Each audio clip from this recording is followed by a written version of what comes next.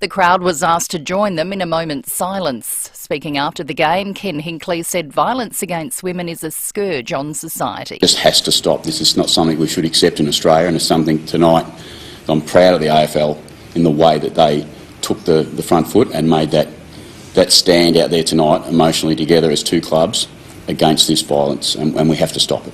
And as for the game, Tom will have more details in sport. Centrelink officers are getting beefed up security after thousands of acts of aggression. More from Natalie McDermott. Stabbings, brawls and furniture flying through the air. There's some of the 9,000 incidents of aggression that people at the nation's Centrelink offices had to handle last financial year. SMH The Age is reporting that $314 million is being set aside over 2 years to protect staff and clients at Services Australia centres. One injured worker has told the paper staff are simply there to help and there's no place for abuse, attacks and threats. An elderly man has died in hospital after hitting a stray sheep with his push bike at Forreston. The 76-year-old from Birdwood suffered life-threatening injuries in the crash on Monday. He's become the 33rd life lost on our roads this year. More apprentices will receive financial support from the federal government in a bid to boost the nation's clean energy workforce. The scheme provides up to $10,000 worth of support to people studying in the renewables sector. It's being expanded to cover other industries, including home construction and automotive work. Skills Minister Brendan O'Connor says it's about building renewables expertise in those sectors as well. Beyond just the new energy area, it will allow for people to undergoing conventional training to be an electrician, provided there is some part of the course which is obviously going to ensure that they're also working on the transition of the energy sector, for example, installation of solar panels. Another major event on the local calendar starts today. Tasting Australia sees Victoria Square transformed into a culinary town square. The event's food curator Kane Pollard says there are over 150 delicious experiences on offer between now and May the 12th. It's looking at the local producers that we're keen to showcase and getting that into the hands of the amazing visiting chefs. There's been many, many months of love and care put into it up until this point. 3 people have been arrested in relation to the disappearance of 2 Australian brothers in Mexico. Jake and Callum Robinson failed to turn up to their accommodation 4 days ago. Mexican police launched a search after being alerted to the case on social media. And Hollywood actress Halle Berry has joined a group of US senators to announce new legislation to promote menopause research and education. The Oscar-winning star says menopause must be destigmatized. I'm here doing this work because the shame has to be taken out of menopause. We have to talk about this very normal part of our life that happens. Our doctors can't even say the word to us, let alone walk us through the journey of what our menopausal years look like or our years after that. Now turning to 5AA Sport, here's Tom Wren. Thank you, Kendall. A disastrous night for Port Adelaide, going down in Showdown 55, while also losing captain Connor Rosie to an aggravation of his hamstring injury, while Todd Marshall and Mitch Georgiades also picked up injuries late in the game. Adelaide won the match by 30 points to make it back-to-back wins and put them within one victory of the top 8. The Power had more scoring shots but were terrible in front of goal, booting 5 goals 18, and coach Ken Hinkley admits it's been a big issue. You know, the reality is for us, that's been consistent and we've been falling down. Too often in conversion, you know, whatever you want to say, the facts are we're not scoring at the level that we need to. Round 8 will continue tonight with Carlton taking on Collingwood at the MCG. Let's get to soccer, and Ange Postecoglou's Tottenham have gone down to London rivals Chelsea 2-0 in the English Premier League this morning. The result all but ends Spurs' hopes of finishing in the top 4. Meantime, Aston Villa is now 3-2 down against Olympiacos in the first leg of their Europa Conference League semi-final tie. Tiger Woods has accepted a special exemption to play in the US Open at Pinehurst next month. His automatic qualification period from the 2019 Masters has now run out. And in the NRL, there's been no new coach bounce back for the South Sydney Rabbitohs as they were smashed by the Penrith Panthers 42-12 last night. And that's the 5AA Sport. Now the 5AA forecast. See any issue firsthand with AutoCam. Real-time video, direct to you from your Automasters technician. Sunny and 22 today, mostly sunny tomorrow, also 22. More of the same for Sunday and then 23 on Monday. At the moment, 8. More news as it happens on 5AA. At Coles, there's great value hands down across fruit and veg this week.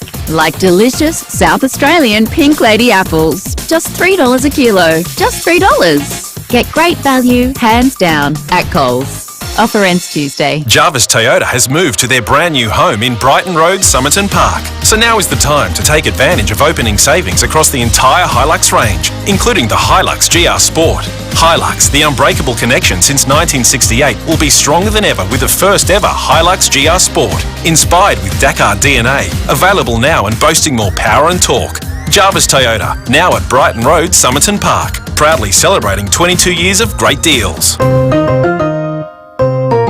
Unique, loyal, fun-loving. That's what we look for in our pals. When you're next spending time with your best friends, don't forget some of the best pals you can have. Parafield Airport Liquor Store has your everyday favourites right through to those hard-to-find products. That's what great pals do. Sam and Jamie from Parafield Airport Liquor Store know every drop on the shelf, so you can always rely on their advice. Parafield Airport Liquor Store. Pals. Next to Roulette's Tavern, Kings Road, Parafield. Every 4 minutes, one Australian suffers a heart attack or stroke. But knowing your risk is the first step to a healthier heart. That's why the Heart Foundation is encouraging you to get a heart health check this Heart Week. It's a simple 20-minute checkup with your GP. So book a heart health check today and never miss a beat. Streaming live via the 5AA Player app on DAB Digital Radio and on 1395 AM. This is 5AA, always Adelaide. The 5AA Player app lets you listen to all your favourite 5AA shows wherever you go. David Penberthy and Will Goodings, 5AA Breakfast. 8 minutes after 6, good morning to you. Welcome to Friday on 5AA Breakfast. It is the 3rd of May. It's Meat Tray Friday.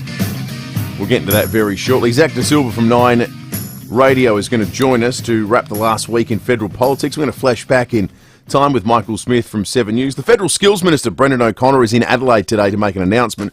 He'll tell you what it is after 8 o'clock today. Jade Robran is out roving about the place, but something becomes immediately clear as you wake up on this Friday morning. And that is the best thing about a Thursday night showdown, David Penberthy, is that you don't have to wait till Monday to come to work. Good morning to you. Good morning, Will. Good morning, listeners.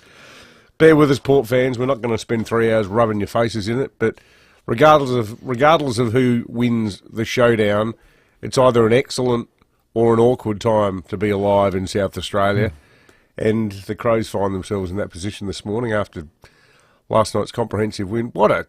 We couldn't go in the end, but what about the crowd? That was off the charts. You were there. It was phenomenal. 52,000 people. We just stood around the outside of the members. It's a bit past your bedtime, mate. Last night. How are you going? There's no chance I'll make any sense this morning. Even less sense than usual. It'd be terrifying.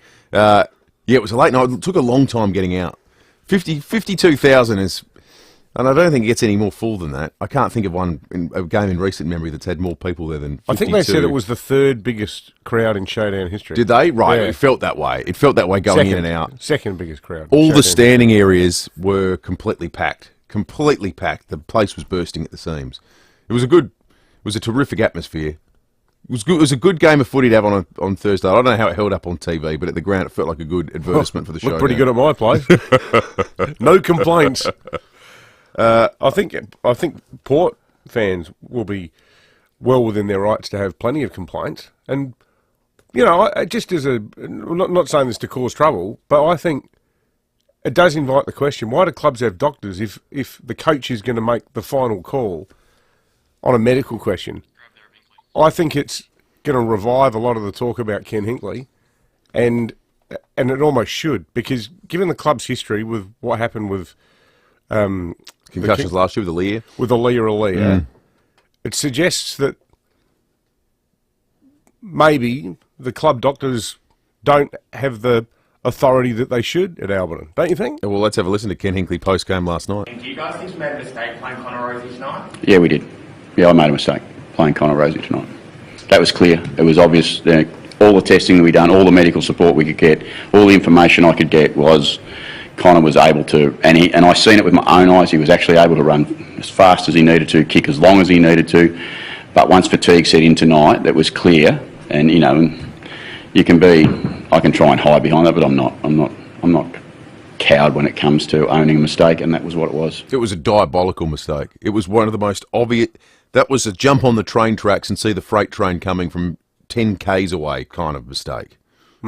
There wasn't a person in the footy world that thought it was smart to play Connor Rosie last night, except the man ultimately charged with making that decision in Ken Hinkley. Every single person in Adelaide raised an eyebrow at the 0-week hamstring. Yeah. Then the terminology changed. Oh, it's adjacent to the hamstring. It's a muscle around the hamstring. I felt so sorry for that bloke watching him getting on and off the exercise bike. You probably didn't see that at the game, but so in the third quarter, he was frantic. And like, you know, he's a young bloke. He's their new captain. He wants to get out there. He knows it's the showdown. He's doing everything he can. But it almost looked like one of those Jimmy Sharman boxing tent sort of scenes where this guy's clearly completely kaput, and he's on the bike. He's running up and down the sideline, and he just in the end is just sitting there going, "I'm out." You know. So a lot of texts about it already. Heaps of texts. One here from Rob saying he always knew the second that the Port captain had an extended sit on the bench and was subsequently subbed out of the game that it would blow up into a big story questioning Port's decision-making and coaching skills. I mean, some people may well say, and I tend to agree, good on Ken Hinkley for owning it, but it doesn't change the fact that it was pretty stupid in the first place. Yeah, it was. I mean, you can own something, but... Well, you know what? Yeah, he does get some credit for owning it, but he was owning it whether he came out and said he did or not. Well, in the eyes of everyone that matters, or the supporters of that Port Adelaide Football Club, he owned the decision, irrespective of what he said post-game. It was a diabolical decision. Dave and Blake, for you, good morning. G'day, guys. I watched it for 15 minutes last night. I gauged it at the second quarter, and I watched the last 10 minutes of the last quarter. And young Elliot Himmelberg, he's got to be a bit more nasty. By saying that, I think he gave away 2 goals. He should have had a crack himself, because that'll get his stats up and get him into the team more often instead of feeding some of the other guys. He's got to be a bit more hungry. Not sure there's much nasty in his makeup, Elliot Himmelberg. Good on you, Dave. See you on. 822 300 00, the number. You can text us on the Dutton's text line as well with your thoughts. 0448 08 1395. It has an odd feeling to it. We don't come in the morning after games, not the least of which massive games like Showdowns. So to wake up, go through your morning routine, go to work, put the radio on, it all feels a little bit unique this morning. Happy to talk Showdown if you want to call in and have your say. What about this? Save the cranker. Save the cranker. Oh, I didn't see that. I've joined up, Will. I need to ask you a key question about your advocacy for the cranker. Is it genuine advocacy, or is it South Australian Liberal Party advocacy? No, mine is genuine. Are you not doing this on air, and then you're going to leave on air? I'm going to go and have coffee with Bruce Gite. Take it off, yeah, and buy one of the student apartments. Well, actually, I don't think that I didn't support the Greens legislation as it was configured, but I do think that you can't have a permanent, heritage-based veto on everything. No. But in this case, I think the state government should ensure that somebody makes an exception, because it's too significant to lose. And, as Maley said the other day, that might cause some legal problems, it might cause some precedent problems, but, you can't sit back claiming to be a world music city and watch venues disappear, like drop like flies every year. It's ridiculous. It's got to be part of our heritage. In Austin, Texas, they've got a bumper sticker that says, "Keep Austin weird." We need one here that says, "Keep Adelaide loud. Keep music live." It's a good idea for a campaign. I would chain myself to the Crown and Anchor, Will. Well, I like this thought. You to chain yourself to the Crown and Anchor, like Keith Conlon at the police barracks. Inspired by the man who previously sat in that chair. That's right. Must be something about chains in that particular seat. This chair. I think it is. The meat tray, thanks to Gramazio Foods. They've got a meat tray to give away, all thanks to Gramazio Foods, SA's only Celiac certified butchers, online or in store at Grove Village Shopping Centre. Good to know for people suffering from that. It is absolutely a good thing to know. 82230000. What's something you'd chain yourself to? What's something you'd chain yourself to? David's got the Save the Cranker T-shirt on to save the cranker. We just spoke about Keith and the barracks there at the police barracks where the new women's and children's are going to be built. David's doing a bit of modelling on the Foodland Supermarket's Facebook and YouTube live stream. What do you do? Oh dear, I don't know what that is. Is it called the pony? Is What it do you- the what way was of that? walking? I was trying to... That was prancing, my friend. That's what that was. The John Martin's catalogue, circa 1989.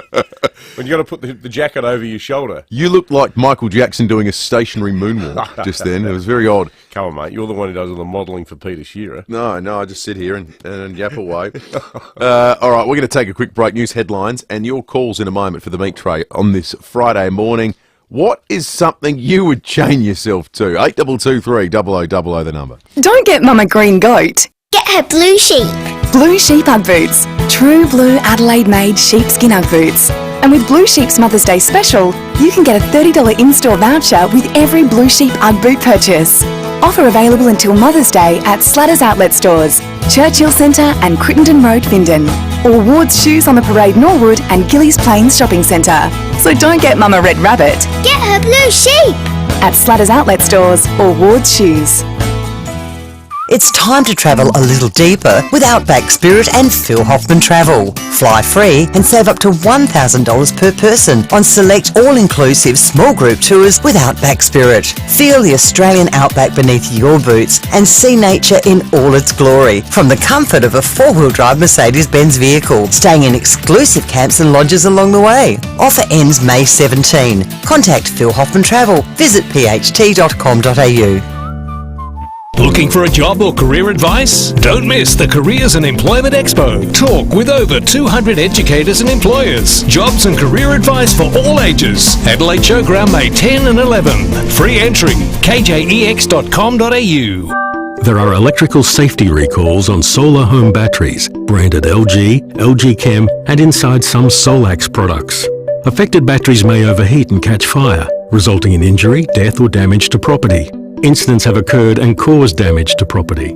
Even if you have checked before, please check again by visiting lghomebattery.com.au or by calling 1300 677 273. That's 1300 677 273. You think COVID is behind us? Not so. In 1 week in March, there were 1,200 new cases in our state, so the search continues for fresh vaccines. If you're between 18 and 80, you've had 3 COVID vaccinations, and you're in good health, you could join a study group to test a new COVID fighter. Like to take part? You'll be remunerated for your time. Call Fusion on 1800 387 466, that's 1800 387 466, or check fusiontrials.com.au.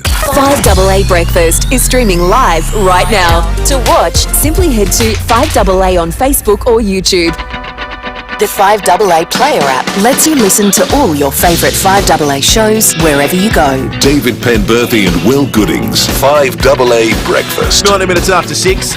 Simon in Seaford says he'd chain himself to the Noarlunga Railway escalators. Anything that takes 8 years to replace must be good, says Simon. Thank you. At least if you chain yourself there, you know they're not going anywhere anytime soon. Ed has asked, can 5AA Breakfast do an outside broadcast when David chains himself to the Crown and Anchor? Yeah, why not? If it comes to the day when the bulldozers are approaching a building and David and a bunch of other Adelaide sort of ex-musos are chained to the Crown, we'll do the broadcast from there. Yeah, let's do it. We'll do that. Are you going to join me, Will? Will you chain yourself to David, the bar as well? We fly as one. So you're going to do it too? Your causes are my causes. Oh, it's horrific. What Well, about I'll that? be. I don't know about chains. I will be in the vicinity. Go full Extinction Rebellion and bring some Araldite and attach ourselves to the front bar. I tell you what, I'll be in the vicinity saying positive things to you, like, yes, All right. David, you can do it. Don't worry, it won't hurt that much. That's right. Sorry, I can't stick around. I have to go to Channel 7 to get ready for the news. All right, let's do. Hopefully I'll see you tomorrow. Let's do the news headlines. Starting with the The moment before the showdown last night, the Port Adelaide coach Ken Hinkley says he's proud of the AFL for calling out abuse against women in Australia. More than 50 men stood in a circle in the middle of Adelaide Oval last night, umpires, coaches and players standing shoulder to shoulder. The crowd was asked to join them in a moment's silence, and speaking after the game, Ken Hinkley said violence against women is a scourge on society. This has to stop. This is not something we should accept in Australia, and it's something tonight I'm proud of the AFL in the way that they took the front foot and made that stand out there tonight emotionally together as two clubs against this violence, and we have to stop it. This is an awful story. A businessman's been remanded in custody after fronting court accused of indecently assaulting female job applicants. This guy's just off the charts. What a creep. Allegedly. Allegedly, it occurred between January 23 and February this year at a Curry Street business. The 67-year-old from Oakden has also been charged with breaching bail, breaching firearms regulations. So many women. The story begins with him. It was some sort of skin treatment product. Yeah, and they had to go and meet him to he'd rub it into become a sales rep. And so goes the allegation, he would rub it into your skin. What a creep.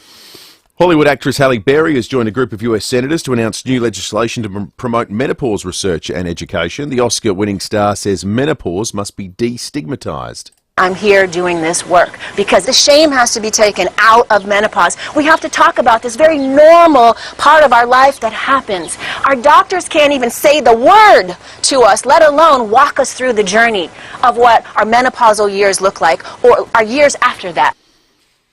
I don't know why it's got a stigma attached to it. Well, I was just wondering as she spoke. Now, there's few things we're less qualified to talk about than this. But is that the case in Australia? Doctors don't talk to you? That feels like an American thing. I'm sure. Well, I don't know. Tell us, ladies. Is there some issue with regard to the support you get medically from doctors in Australia, or is that a uniquely American problem? A lot of women, like Jess Adamson wrote that great column about it a few weeks ago. There does seem to be a sense that it is something that is trivialised. She's got the hot flushes and the mood swings. And it sort of becomes the stuff of jokes, where it is actually like... And it happens to women at different times. I mean, some women go through it in their 30s. Yeah, absolutely. So it varies a lot from woman to woman. But yeah, I don't know if it's quite. I think everything in the States health-wise gets less attention than Australia because they've got the most absurd and appalling health system. Costs them more than it costs us. That's the ridiculous part of it. It's crazy, and they look at Medicare and think it's a form of communism. It's just. I mean, maybe it is, but it's good communism. If you're gonna have something where you. And it kind of is, because, the more you earn, the more you pay in your Medicare contribution. You get to a certain point and they go, that's it, you can afford to pay more to keep everyone else healthy. But if the flip side of that is you don't have, cities surrounded by camps of homeless people who are all dying of COVID, or blue-collar people who can't afford private health cover, I'll take that any day of the week, thanks. Absolutely. Security's being beefed up at Services Australia centres to stamp out aggressive behaviour. Operators reported more than 9,000 violent incidents last year. The federal government will spend $314 million over 2 years to put on 500 extra security staff. 3 people have been arrested in relation to the disappearance of 2 Australian brothers in Mexico. Jake and Callum Robinson failed to turn up to their accommodation 4 days ago. Mexican police launched a search after being alerted to the case on social media. So that's a development overnight. So 3 arrests? Yeah, when we reported it on 7 last night, they hadn't been arrested at that point in time. Now, I don't know what the arrests are for, and I don't know what it says about the whereabouts of the boys, but sounds like there's going to be some development shortly on that story. That's a very popular touristy part of Mexico, but it's also a part of Mexico that's had some pretty significant security problems. There was another couple of Australian guys well, I'm not saying these guys are dead, but there were 2 Australian guys who got killed there in a rental van a couple of years ago, weren't there? There's significant drug activity from Tijuana that sort of spills down to that part of Mexico. It's the long, thin strip that runs down the side, Baja, California. Okay, yeah, right. Baja just means lower. So, literally, it's lower California. Yeah, so you'd usually think you're okay in that area, wouldn't you? Yeah. Largely? No? Not so much driving around, travelling from town to town in a hire car.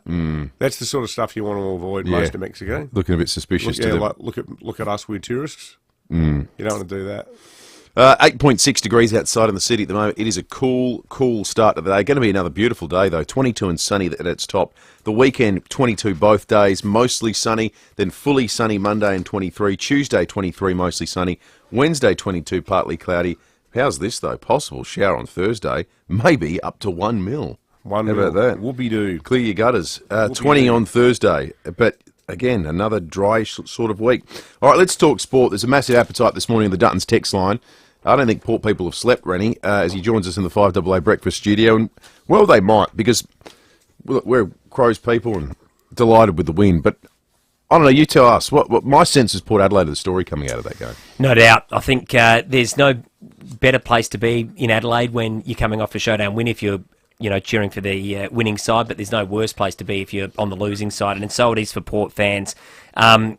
You're right, they gambled, they took the risk with Connor Rosie, and it didn't work. They kicked poorly, didn't take their chances, and now they're going to have to wear the consequences. So Connor Rosie shouldn't have played, the coach admitted that, so that was a mistake. Todd Marshall, Mitch Georgiades, they pick up knocks, they look like they could miss next week. It's the kind of result where the season could unravel as a result. Geelong. Yep. Away next week. Geelong in Geelong. In Geelong. It's a disastrous night. But for the Crows, we'll concentrate on the positive. Look, they took their chances. Their pressure was amazing. And it was all punctuated by this moment in the final, probably 90 seconds of the game. Keys kicked it around his body. Rankin's going to run onto it, and he's got a fair set of heels. Looks one way, then the other. Should handle it, does he? Needs to bounce. He's gone too far. Runs inside 50. That is goal of the year. That is goal of the year. He gets 3. Crows by 30. It's an emphatic win in the end. And they did it off the back of their pressure, like I said, 5 fewer scoring shots. And look, Port, the knock on them, just back on them, has always been they don't have enough depth. Well, they're going to get tested now. Yeah. They had a pretty good run. So bad. They've had a pretty good run in recent years, haven't they? Injury-wise, to be fair. Yep. And it comes... Poor old Charlie Dixon looks like he's not right either. Well, and he's going to have to play. I mean, if Todd Marshall and Mitch Georgiades are facing injuries as well... Wasn't it? It was from a sporting sense... What did you guys think of the Crows' defence? It felt like a real big chance for them to go, we might be young and new, but how good's that Irish guy? Mark Keane's been great, yeah. He's gotten better every week as well, I think. Keane, Worrell and Michael Annie is the sort of spine of a serious backline. If I was the Crows right now, their list management, Josh Worrell would be number one priority. Yeah. He's got a contract until the end of next year, but I would be locking him in for 5 years now before he goes up significantly if he hasn't already. And Celiac's he's an exciting player with the world's greatest haircut. How on earth was he not playing in round one? I know. Anyway, that's it's funny how things happen, isn't it? The Crows had to have a bad start for Jake Celiac to start playing as a full-time midfielder, didn't he? They needed... That's what spurred Nathy Nicks to make a change. And now he's probably one of the first picked, isn't he? I think he has to be. He's a star. He's... we talk about A-graders a lot, and the Crows, so they don't really have any, a few weeks ago. Well, there's one. Yep. Josh Worrell, I think, could be one. So there's still a long way off, I think, the top echelon of teams at the moment, as are Port, clearly, but there is some light there for the Crows. 3 out of 4, and you can see the hunts there, the endeavour. They're playing, they're giving everything, and more polish will come. Hopefully Rochelle lifts, Rankin continues to have big impacts, Dawson gets better. And then a reasonable draw, Brisbane at home. Good draw, and they can beat Collingwood, and then West Coast. So all of a sudden, there's a bit of blue sky there for the Crows. What do you make of Brisbane next week? Winnable. Okay. I think Brisbane are in real trouble. They've only won 2 games. Yeah. They look good on paper still. You look at the team sheet and you go, God, this is going to suck. Yeah. I mean, that's a huge They shouldn't have gone to Las Vegas. Well, this is it. And then, the fresh stories during the week, which Sam McClure has sort of put in again about, disharmony and the fact that they're not working hard enough. There's clearly something going on there. He's going pretty hard. So sounds like they don't like each other. Good. Let's hope they don't mend anything this week. One positive from a Port perspective, I thought, was Jason Horne-Francis. He continues to... He was the only player that really looked like... And Butters, I thought. Every time he got the ball, there was a lot of shouting in our living room. Yeah. When he went forward, people keep saying Dangerfield, but my mind kept going back to Mark Rasciuto. Him going forward and just looking like the most dangerous guy on the field. I just thought, and he kicked that goal, but then he had that one on the run. If he kicked that, I reckon it got within a couple of kicks. Maybe they get a run on, but they just could not kick straight, could they? No. Oh, they're kicking. 5-18. goodness. But a lot of that's on the Crows' defence. Absolutely. They were taking shots from stupid angles. They were rushing their kicks. And a lot of it is then implied pressure. Yeah. Full credit to Adelaide. Absolutely deserved the win, 28-27 overall. And a lot of questions for Port, and I'm sure a lot of angst amongst Power fans. The thing that would drive me mad if I was a Port supporter, it seems to be like the 5 dead easy gettable set shots they miss every game. Yeah. Like those ones that hit the post, the Marshall miss. Yeah. You'd just be going, oh, God. Wouldn't you? It's frustrating. And then it goes down the other end, and what happens? Totally. But that's footy, bad kicking's bad footy. We've said it for over 100 years. Good stuff, Rennie. Good on you, boys.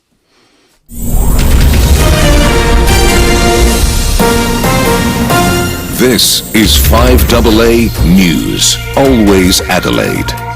Sunny and 22 with the 6:30 news. I'm Kendall Brettig. Every body is unique. Let the Physio Extra team take care of your specific needs. PhysioExtra.com. Security is being beefed up at Services Australia centres to stamp out aggressive behaviour. Operators reported more than 9,000 violent incidents last year. The federal government will spend $314 million over 2 years to put on 500 extra security staff. Research suggests companies need to promote the take-up of domestic and childcare responsibilities by men if they're serious about fixing the gender pay gap. Gabriel Hodson reports. A study from the E61 Institute suggests that marriage and parenthood drive the negative differences in hourly pay for women in identical jobs to men. The Financial Review says it looked at the entire workforce aged 25 to 60, and while about 20% could be explained by women choosing lower paid jobs, such as caring, nursing and teaching, 80% of the differences were due to variations in the occupation itself. The study found women average 15% lower hourly pay to men with identical skills, training, academic results and number of children. In high-paid jobs such as medicine, the gap was only slightly smaller at 10 to 14%.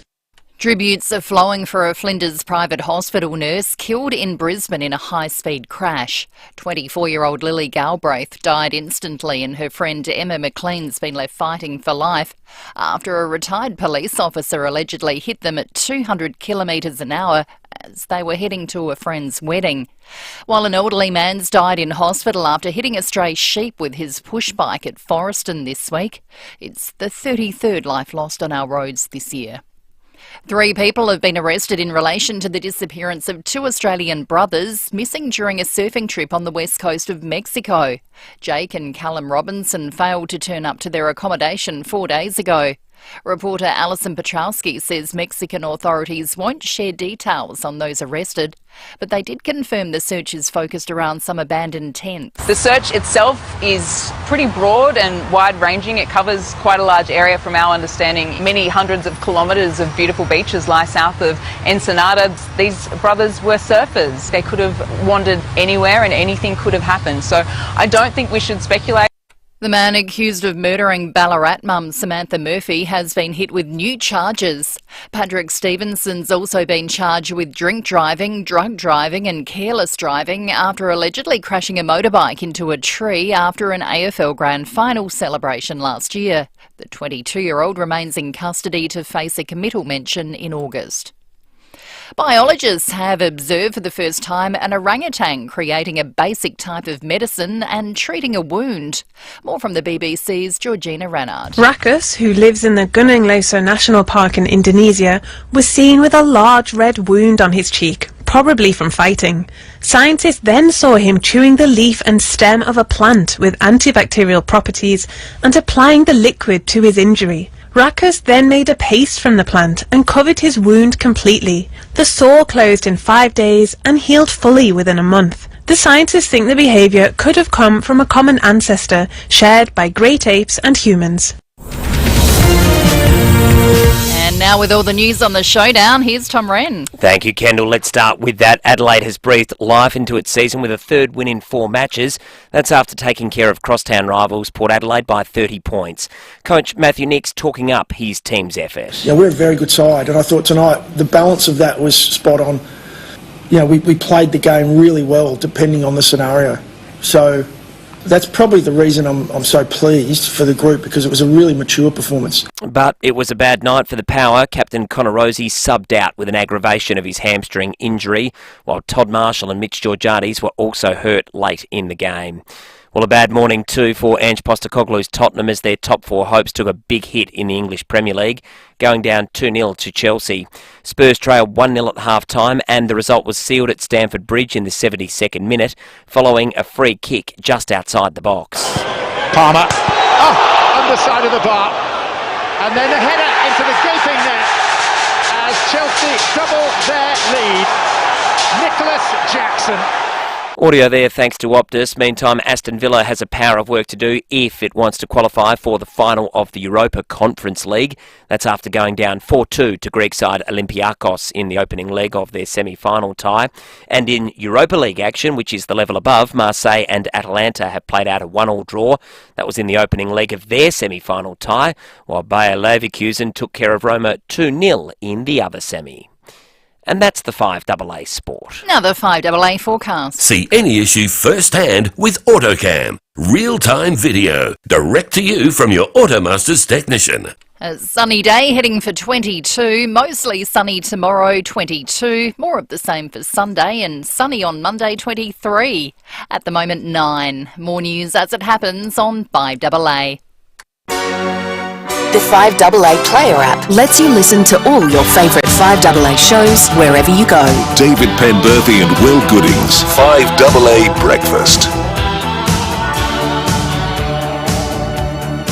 23 to 7. We're going to catch up with Jade Robin shortly, who's out on the road thanks to the great people at Dutton's, family owned and operated for 75 years. They're easy to do business with. The meat tray this morning is terrific, and this is actually a good one for people who are celiac to be aware of. The wonderful people at Gramazio Foods, who are SA's only celiac certified butchers, online or in store at Grove Village Shopping Centre, are asking you, what would you chain yourself to? David's got the Save the Cranker T-shirt on this morning. He's prepared. He's announced on air he's prepared to chain himself to the Crown and Anchor. I should apologise publicly to Bruce Gite. I love Bruce Gite, but he's not going to be thrilled to see me wearing this. No. No. Yeah, we like to be unpredictable here. 5AA. Normally we're very, pro-development. Oh, no, She's got to grow. We're breaking the mold. Not at all costs. No, we are, if anything, ideologically inconsistent. Oh, totally. There's no orthodoxy here. No, absolutely. All right, let's go out and... Terry and Henley Beach might beg to differ. He sent a funny text in the other day that I didn't read out at the time when we were talking about what number you had on your back. And he said, whatever number John Howard wore. What would John Howard's number have been as a footballer? Maybe 64 for his self-appointed retirement, eh? Maybe 3 for the Lazarus with the triple bypass. Oh, yeah, that's good. 96, the year that he won. Yeah. The numbers go up to 96? 10 for the GST, which he introduced. It's maybe a talk topic just for us. John Howard, 10%. yeah, exactly.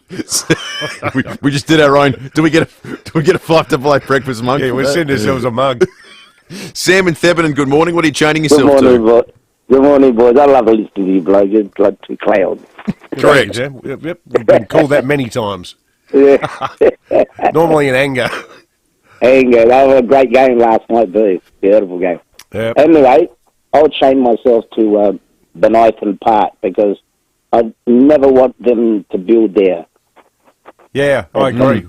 Absolutely. Yep. It's a beautiful park, particularly for people who, in your neck of the woods, Sam, Theban crowd. Yeah. It's just a short walk down the road for you. Yeah, I love it.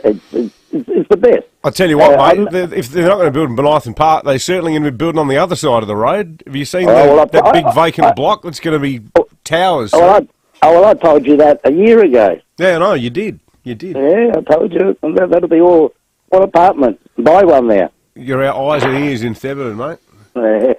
Thank you, Sam. Good man. Let's go to Milo. Terry and Henley Beach has texted in. He's always listening, Terry. He doesn't miss an opportunity. Sue, good morning to you. Yes, good morning. Who would I chain myself to? Pretty simple. George Clooney. Interestingly, That's a good one, Sue, you made it who you would chain yourself to. That's okay. We'll take not really a protest, is it, Sue? More of a, No, more no, of a... no, not at all. Let's see how this unfolds.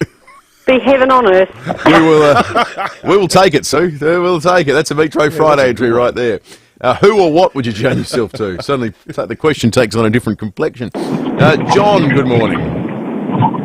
Good morning, lads. How are you? Good, thanks, John. How's life in Port Para, mate?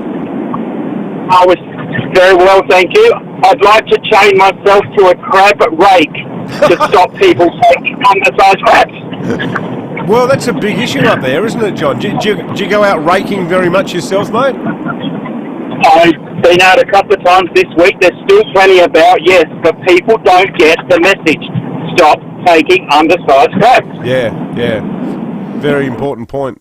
Good on you, John. Leave the little blue swimmers alone. Let them mature. Yeah. And don't take the ones with eggs either. Always put them back. All right, let's head out the road and check in with Jade Robran for the first time on this Friday morning. Jade, good morning to you. Good morning, Will and Dave and our listeners. We know that behaviour on trains is getting worse, and we've had another incident to highlight that. An Adelaide mum has rushed to help her daughter, who was assaulted by a group of young girls on the Seaford line on Wednesday night. Now, after the attack, the victim, who is a 17-year-old, she texted her mum an SOS distress message saying what had happened. Now, her mum got in the car, fanged it down to the Seaford train line, waited for the train to come to her daughter's aid. Now, while the train was pulling up, she filmed the girls, some of them as young as 12, guys. Now, inside, they heckled her. They came up to the window, sticking their finger up at this mum who was just so anxious to get inside and get to her daughter and help her. Here's the mum talking to Channel 9.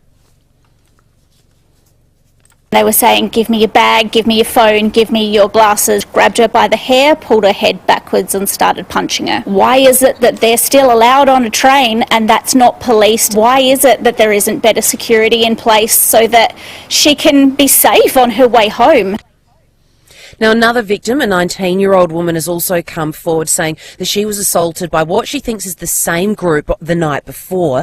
She got off the train and was starting to make her way to the car when they started to follow her, kicking her bag. And then once she sat inside her car, they started punching her in the back of the head. Now, the police are aware of the group. They're investigating this latest incident, but also said that the girls are banned from the rail network. So, saying that, they've obviously got priors but haven't been dealt with properly yet, so let's hope they do find them and that courts deal with them. But as young as 12, guys, where are their mums and dads? Not good enough. Yeah, I mean, that's always the first question that comes to my mind, Jade. How does I reckon everyone listening who's got a 12-year-old, you would know where your 12-year-old is 24 hours a day, 7 days a week, wouldn't you? They're at school, they're at soccer training, they're at your grandma's, their grandma's, they're on a play date.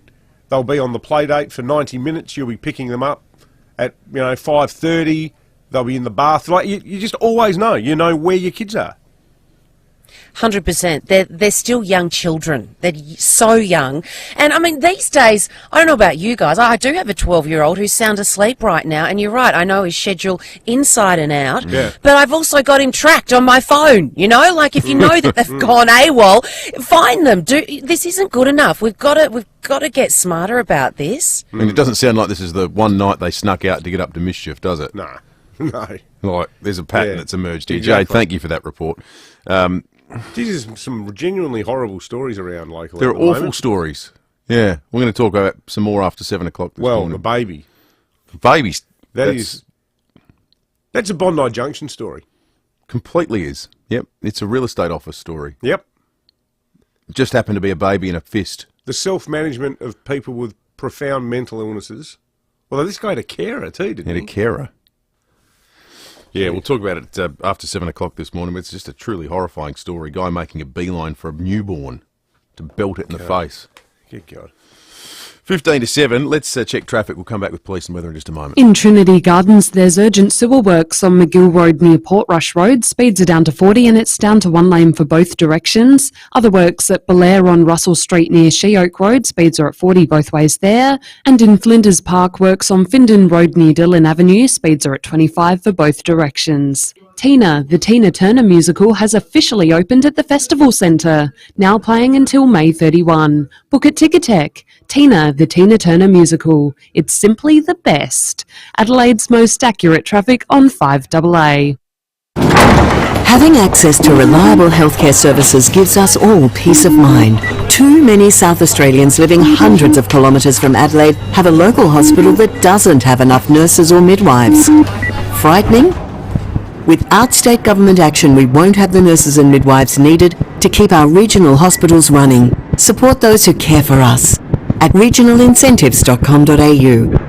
Authorised by EDBAR's ANMF SA branch Ridleyton. There's a new kid on the block at Wayville. Literally. Wayville Hyundai, Adelaide's newest family-owned Hyundai service centre with free drop-offs, next-day availability and loan cars.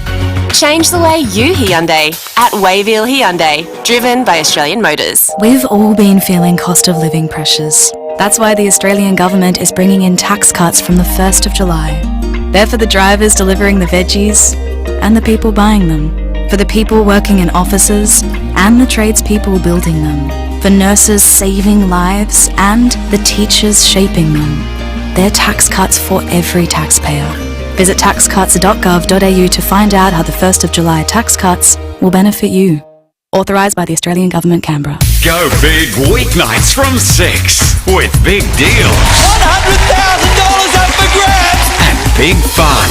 You sure you want to go skydiving? We're old, not dead. Deal or no deal, 6 o'clock weeknights on 10 and 10 Play. When you think of single malt Scotch whisky, you might imagine Scotland's green hills, her fresh babbling brooks, and rows of oak barrels. But you can get the same feeling right here in Adelaide when you walk down the aisles at Powell's. Sam and Jamie from Parafield Airport Liquor Store know every drop on the shelf. They can guide you through Scotland's best whisky labels and the best from around the globe, all under one roof. Parafield Airport Liquor Store. Powell's, next to Roulette's Tavern, Kings Road, Parafield. The 5AA Player app lets you listen to all your favourite 5AA shows wherever you go. David Penberthy and Will Goodings. 5AA Breakfast. 13 minutes to 7. Let's head to the Weather Bureau. Hannah Marsh is on duty. Cool start to this one today, Hannah. Yeah, we had a minimum of 8.2 degrees and we're currently sitting on 8.8 degrees, but heading for another sunny day with a maximum around the 22 degree mark. Then as we move into the weekend, more of the same really. Minimum temperatures starting off on the cool side, but looking at beautiful days with maximums around the 22 degree mark again. And then on Monday we're looking at the minimums gradually starting to increase, but the maximums hovering around 23. And still pretty much no rain at all on the horizon, Hannah. Slight chance of just 1 mil late next week, but apart from that, nothing. Yeah, there's a bit of model uncertainty as we head to mid to late next week, and at this stage there is the chance of seeing something on Wednesday or Thursday, but we'll have to watch this space. Yeah, crazy. Thank you, Hannah. Let's head over to SAPOL. Senior Constable Jen Cullinan is on duty. Jen, a drink driver's been caught in Glenelg North during the day yesterday, it sounds like. Yes, good morning. This is quite concerning.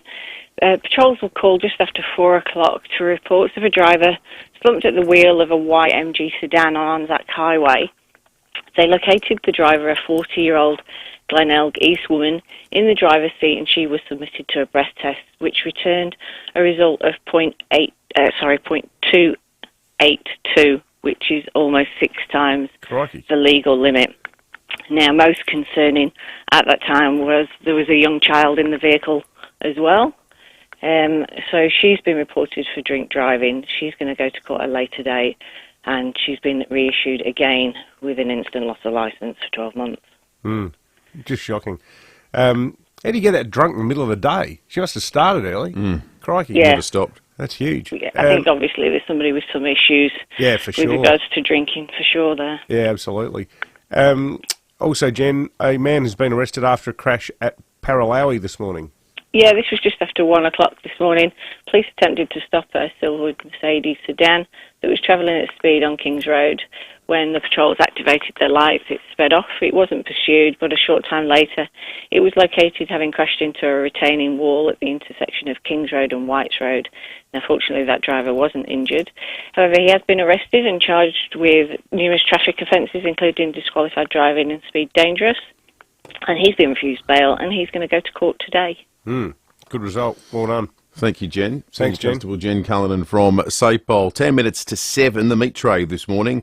We're asking you, what would you chain yourself to, given the upcoming cranker protest and the trajectory of that whole story? Lots of good texts coming through. We've got some calls we're going to take in a moment, but of course you're all playing for the magnificent meat tray. That's a debutante.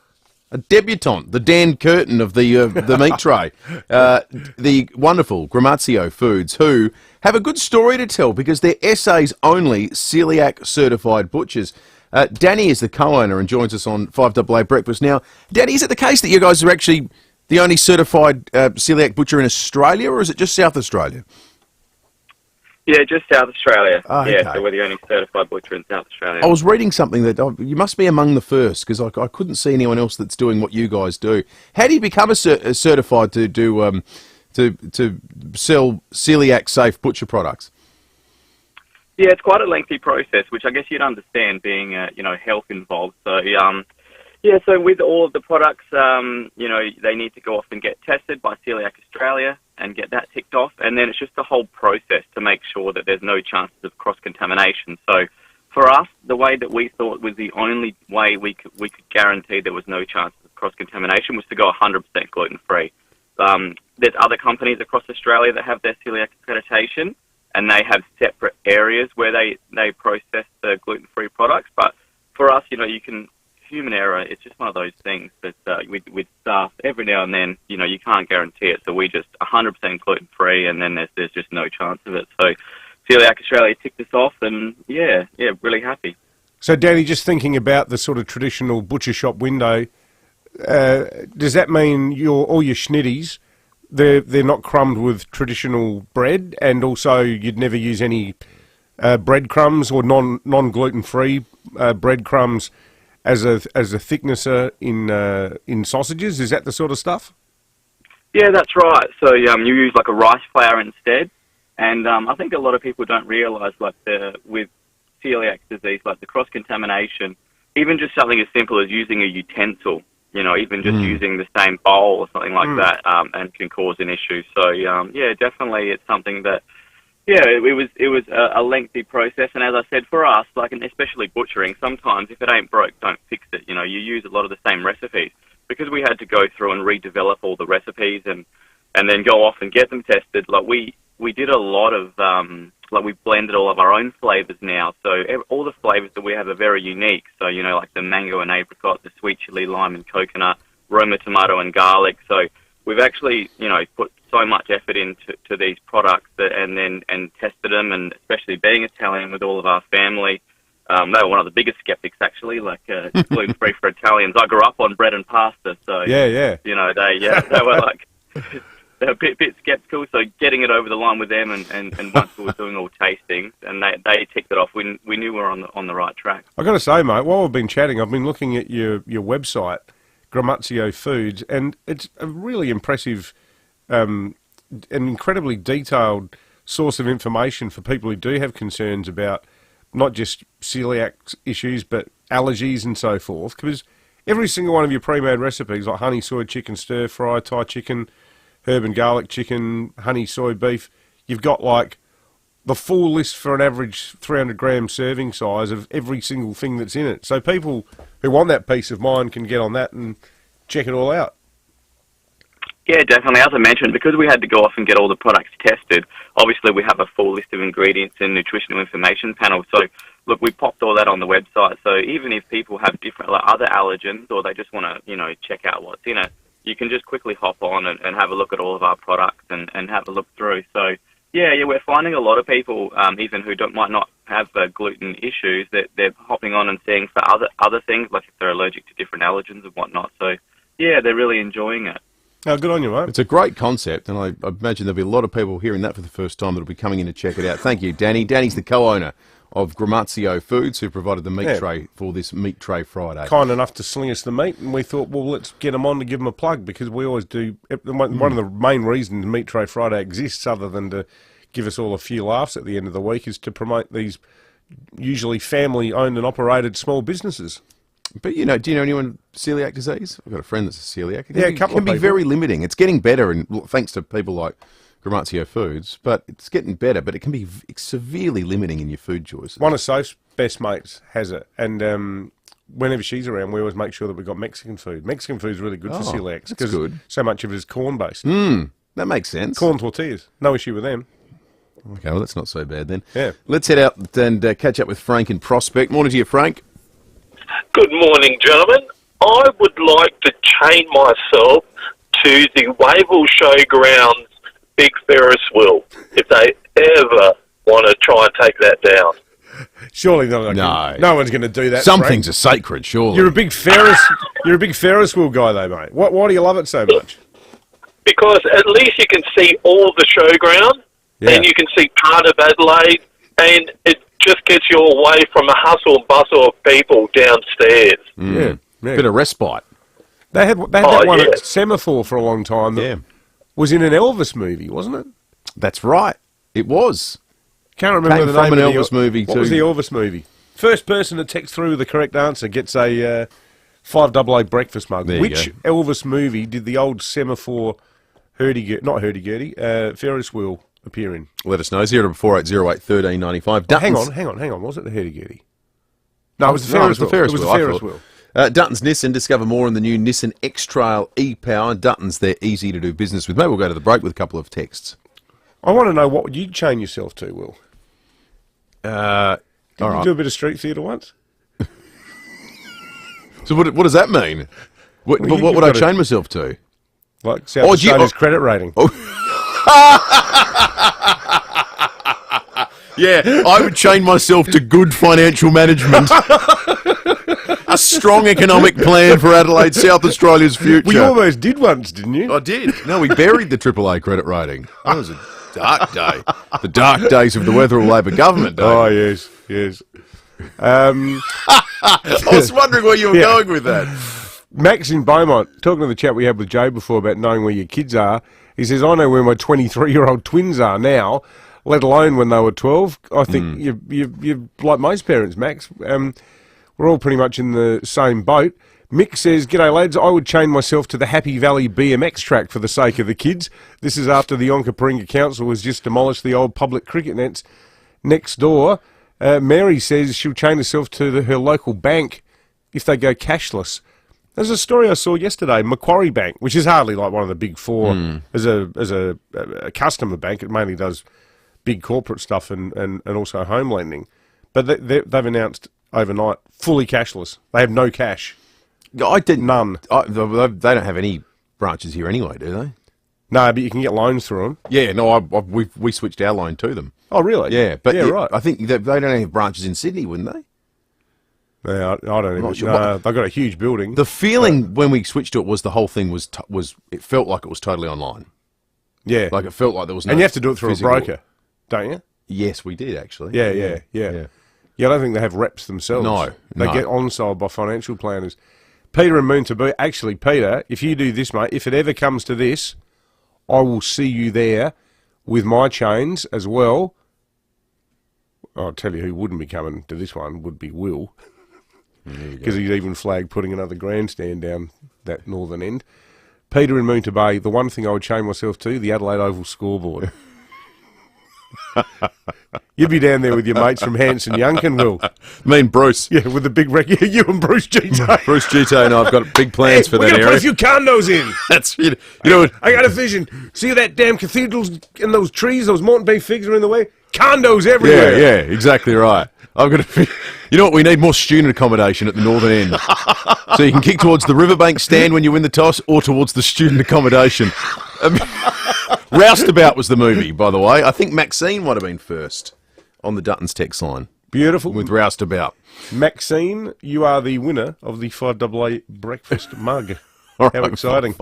This has been an out-of-control first hour. I didn't get enough sleep. 5AA News is coming up. Our wrap of the morning stories next. Look, we weren't going to say anything, but here at Mawson Lakes Volkswagen, we've had some great news. We have just been named National Dealer of the Year by Volkswagen. Again, 2 years running. We're so chuffed we're having a sale on new and demo stock. They're available for immediate delivery with easy finance options. And remember, convenient next-day servicing with complimentary loan vehicles. Now our great news is your great news. Mawson Lakes Volkswagen's National Dealer of the Year sale. Salisbury Highway, just a short drive from the city. South Australia's History Festival is back for 2024. Learn something new or old at a series of walks, talks, exhibitions, workshops and special events presented by the History Trust of South Australia and community organisations across the state. With over 500 events, there's something for everyone, including lighthouses, psychics, genealogy, maps, magic, fungi, scones, rocket science and much more. Collect a free copy of the program from Drake stores across SA and visit the History Festival website to view the full program. 5AA Breakfast is streaming live right now. To watch, simply head to 5AA on Facebook or YouTube.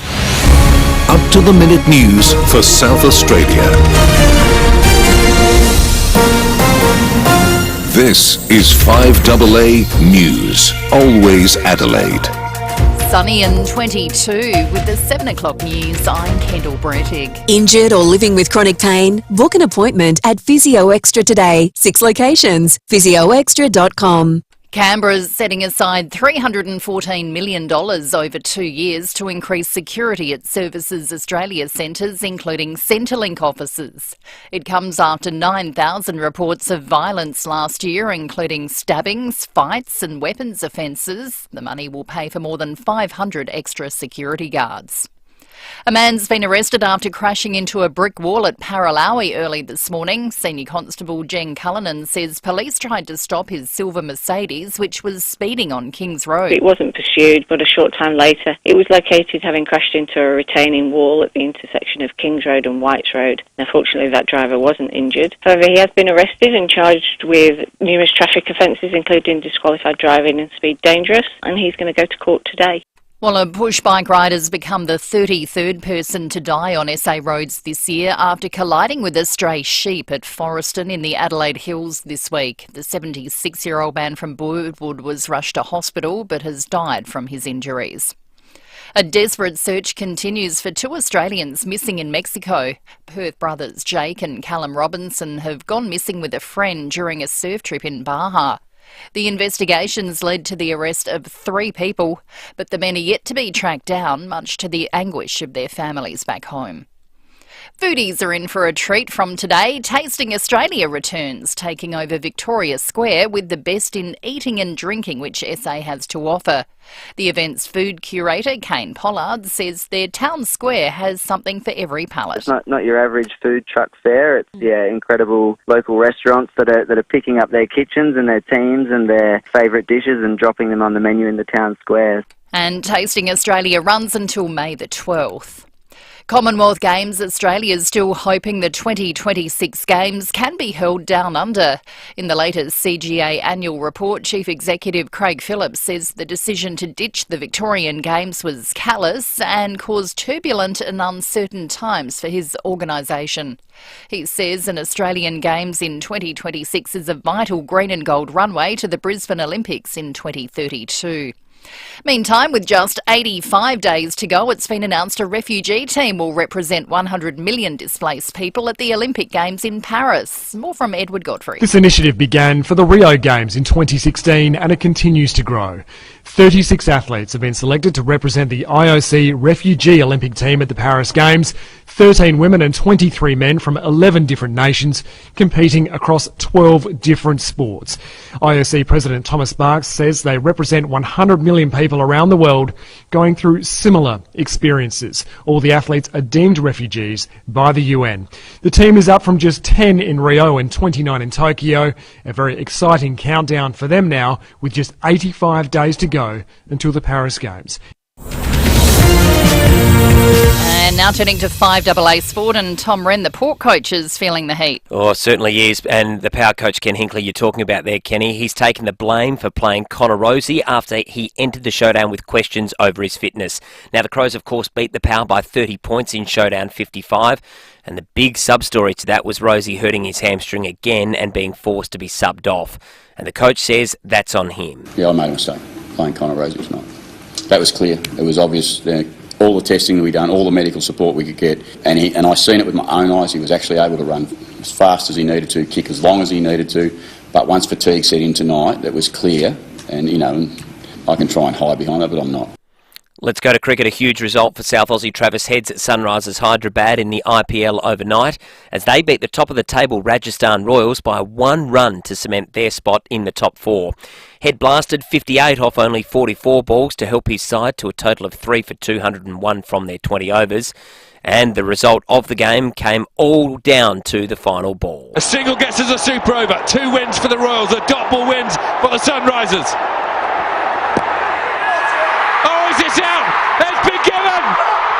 A full ball has hit him on the pad! Unbelievable finish. Audio there thanks to Fox. Meantime, West Indies cricketer Devon Thomas has been banned from cricket for 5 years by the ICC for match fixing.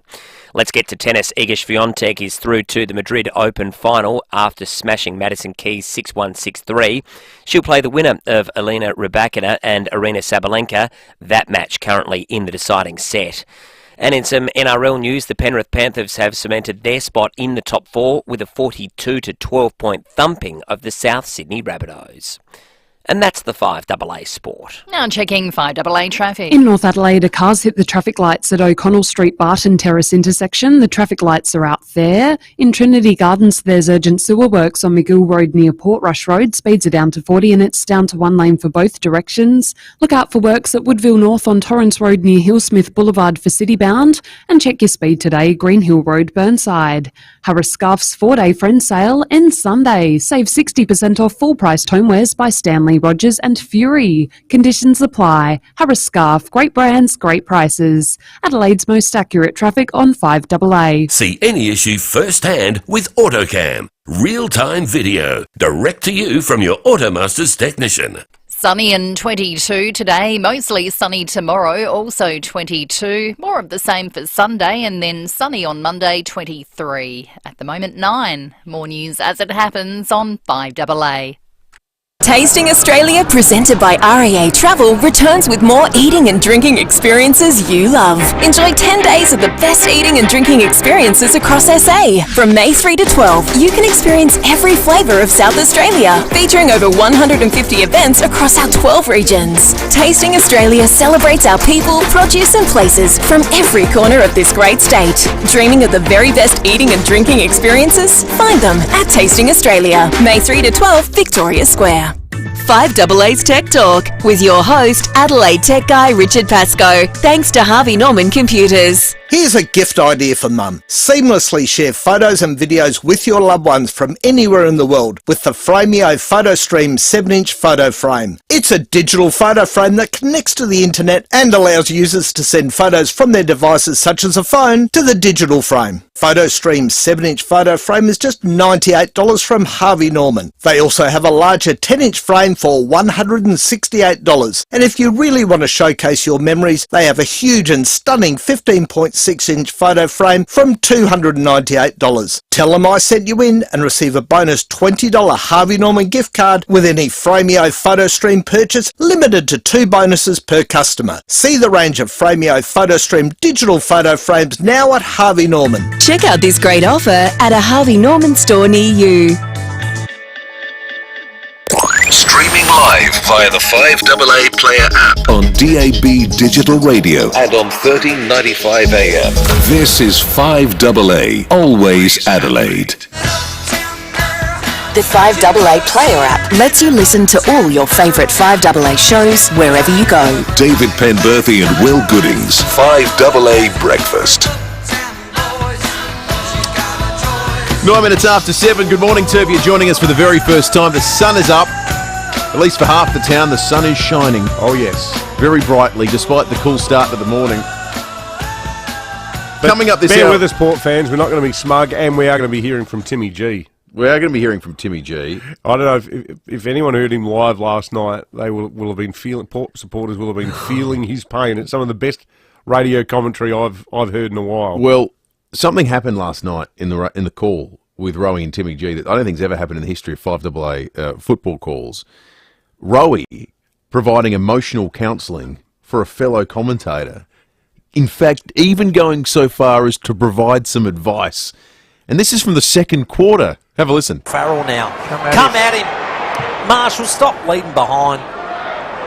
That's what happens when you're caught behind. This is Keane in front of Dixon. Worrell in front of Marshall. And I'm getting sick of it. Jimmy Jennifer, good call. Fogarty now. Vertical leaders there. Goes over the back. Every time. And it's out of bounds. Timmy!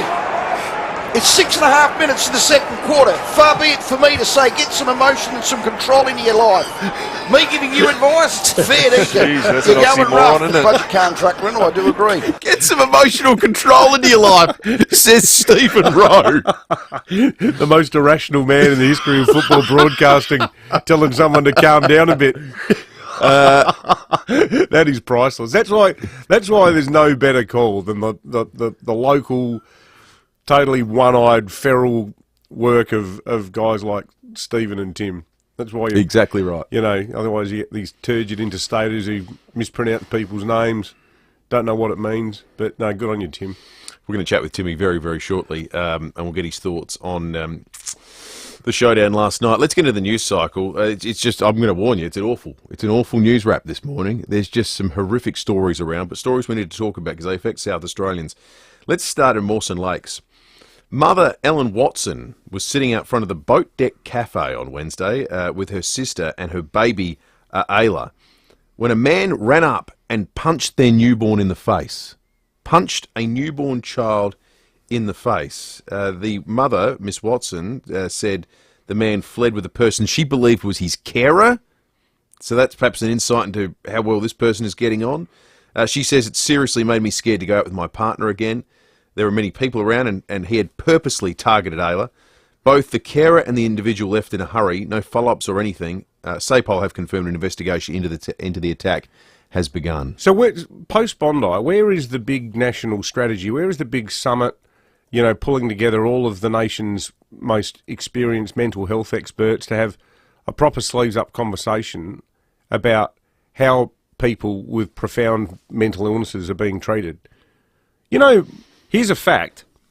You know who does more transportation of people having mental episodes in South Australia than anyone? Mm-hmm. SAPOL. SAPOL, we're talking here about coppers in their 20s. It's my understanding that the police do more taskings involving people having mental health episodes than the SA ambulance service. Now, what does that tell you? That tells you that people who have the most profound health demands and requirements usually cannot be tended to by the health system. And, you know, the flip side of that is if you're rebel sport and someone's made off with some sneakers, maybe the reason you can't get a copper to turn up is because they're running around tending to someone who's got schizophrenia or something like that. And other big questions. Should Glenside be Adelaide's most elegantly designed apartment complex, or should it still be a bloody great big psychiatric hospital? So that people who clearly cannot self-manage can get the kind of care they need. But I just feel like, yeah, and I'd put quite a bit of this on the Prime Minister. You know, that was almost like the mental health version of Port Arthur, what happened in Sydney. So where's the equivalent of the guns buyback? What's the profound policy shift we've seen? And, you know, because these are heartbreaking stories. Like, I'm sure that in the same way that the mum of that baby, and you know, as we heard, she's absolutely devastated. She doesn't want to leave the house. And as a parent, as a new parent, that's exactly how you'd feel. But equally, what about the parents of the guy who punched the baby? What's their life been like? They're probably caring for this. Just beside themselves as well. But it just, I don't know, these people just wandering around, the Plimpton real estate agent. There was a point, and It's almost always social media is a terrible a gateway for this kind of thinking because it's not very helpful. But I did see I saw an advocate for mental health support on social media saying the domestic violence summit's fantastic. Where's the equivalent for mental health? And that always happens every time anyone announces anything. There's always people from other groups going, "What about me? What about me?" But the point they did make was, and this is not to diminish the money that was given and the scourge of domestic violence. We've seen it. Things need to change. People on bail for being abusers need to be locked up for longer, and they shouldn't get an opportunity to go and hurt women any further. That stuff's all non-negotiable. But we've had better outcomes for 30 years on that. 1989-90, I think, was from then to now. There's a trend line of domestic violence incidents. There's been improvement on it. There hasn't been that for mental health. So then, and it seems to be because it would require, at its most dramatic, walking back the orthodoxy of the last 25 years when all these sorts of places were shut down and locked up. Yeah. And that seems... The other thing too, how much money are we spending on the NDIS, and why in hindsight did we make it so hard or impossible at first for people with profound mental health problems to get on it? Because you look at something like schizophrenia, like this, like, what's the term? Well, if you've got schizophrenia, you've often got a whole bunch of other things that render you disabled insofar as you can't take part in society because there's other issues that you have as well. Now, initially, all mental health conditions were deemed not manageable via the NDIS, but we create this lumbering monolith where, you can get the bodgiest autism diagnosis in the world with a nudge, nudge, wink, wink from an occupational therapist if your kid's got vaguely poor handwriting. Or, this ticker box stuff. Oh, yes, Johnny, he has a little bit of trouble concentrating. Really? Probably because he's 6. Yeah. So we medicalise all of that sort of low-end stuff, but the really profound people wandering around Bondi Junction, wandering around Mawson Lakes, and there's been no significant response. Yeah, this was a punch, but it could have just as easily been a knife, or it could have been something else. Yeah, it seems... So much of politics is just total bullshit, isn't it? Well, I wrote a column about it for Sunday yesterday. I was thinking, we spent the whole week arguing about whether Anthony Albanese crashed that rally or not. Like, who cares? Who cares? That is not even close to being a story in my mind. It's not the issue, is it? It sounds like this awful story out of Brisbane may too have been a mental health situation. We don't know that yet. It's still being investigated. A medically retired police officer, according to now eyewitness reports on this story, stopped his Audi at Brisbane's Legacy Way tunnel entrance, revved the engine, accelerated at 200 k's an hour before he ploughed into the back of the car that contained, as we now know, 2 young friends visiting from South Australia, killing one, young nurse from Flinders, and leaving the other fighting for life. Lily Galbraith and Emma McLean, they're 24 and 23, good friends. They're in Queensland for a wedding. The Audi hit them at speed. Miss Galbraith tragically lost her life. Miss McLean's in a critical condition in hospital. The eyewitness reports tell something of a story. This is not, at first blush, the speeding story that I think people thought it was. Witnesses described how the driver of the car, Bruce Daly, a 56-year-old former police officer, stopped his car at the tunnel entrance at 3:10 on Wednesday, causing cars to drive around him. His car was dead stopped. People drove around. Then the engine roared. He accelerated, obviously, as fast as it physically could and just simply didn't stop. In the process of whatever he was doing, he took the life of at least one South Australian. So that's a development on that story that we now know. Terrible. Just terrible. Absolutely awful. Lots to talk about on the program this morning as well. Text coming through on 044808 1395. Quentin with a Q says, fellas, as a stepfather of 2 children with autism, you cannot use that as an excuse for a 6-year-old that can't write properly. That is just a terrible thing. I understand the mental health, but don't bring the autism and NDIS into it, please. Hey, Quentin, just to reassure you, mate, I'm not even trying to go close to saying that kids who have got genuine autism are the issue. That's exactly why the NDIS should exist for people, living with Down syndrome, autism, whatever it is.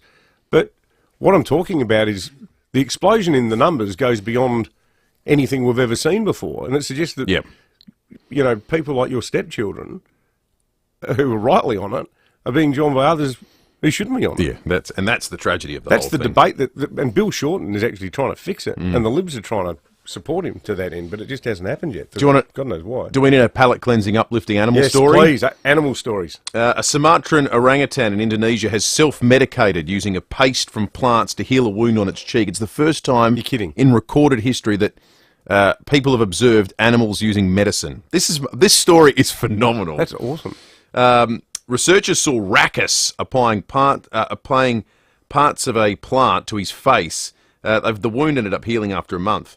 A research team from the Ganang Lusa National Park spotted him with a large wound on his cheek in June 2022. So this is a study that's come out. They reckon he got it from fighting with another orangutan. Then they saw Rackus chewing the stem and leaves of a plant called Akar Kuning, an anti-inflammatory and antibacterial plant that's also used locally to treat malaria and diabetes. He applied the liquid to his cheek for 7 minutes, then smeared and chewed the leaves onto his wound until it was fully recovered, then continued to feed on the plant for 30 minutes. You know what makes that almost amazing? They never eat that plant. Seriously? So this is not a plant he was eating and just happened to be playing with it, and maybe it felt good on the wound. It was a deliberate decision. The other thing that's amazing about this story, there was another orangutan off camera who said to him, "Take 2 of these if pain persists and see your doctor."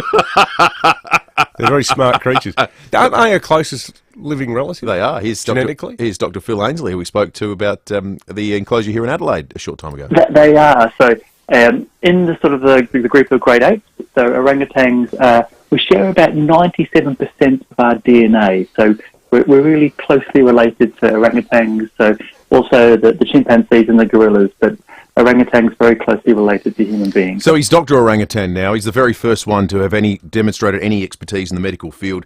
He was interviewed and said even he thought Connor Rosie shouldn't have played last night. So, hey, if you want to see something wild, there's a David Attenborough video of an orangutan that has got a saw, like a. Oh, I've seen that. Yeah, like a tool, like a saw from Mitre 10. And it's just looking at the saw, and then about half an hour later, it's just sitting there going, shh, shh, shh, cutting along it up. cutting sticks.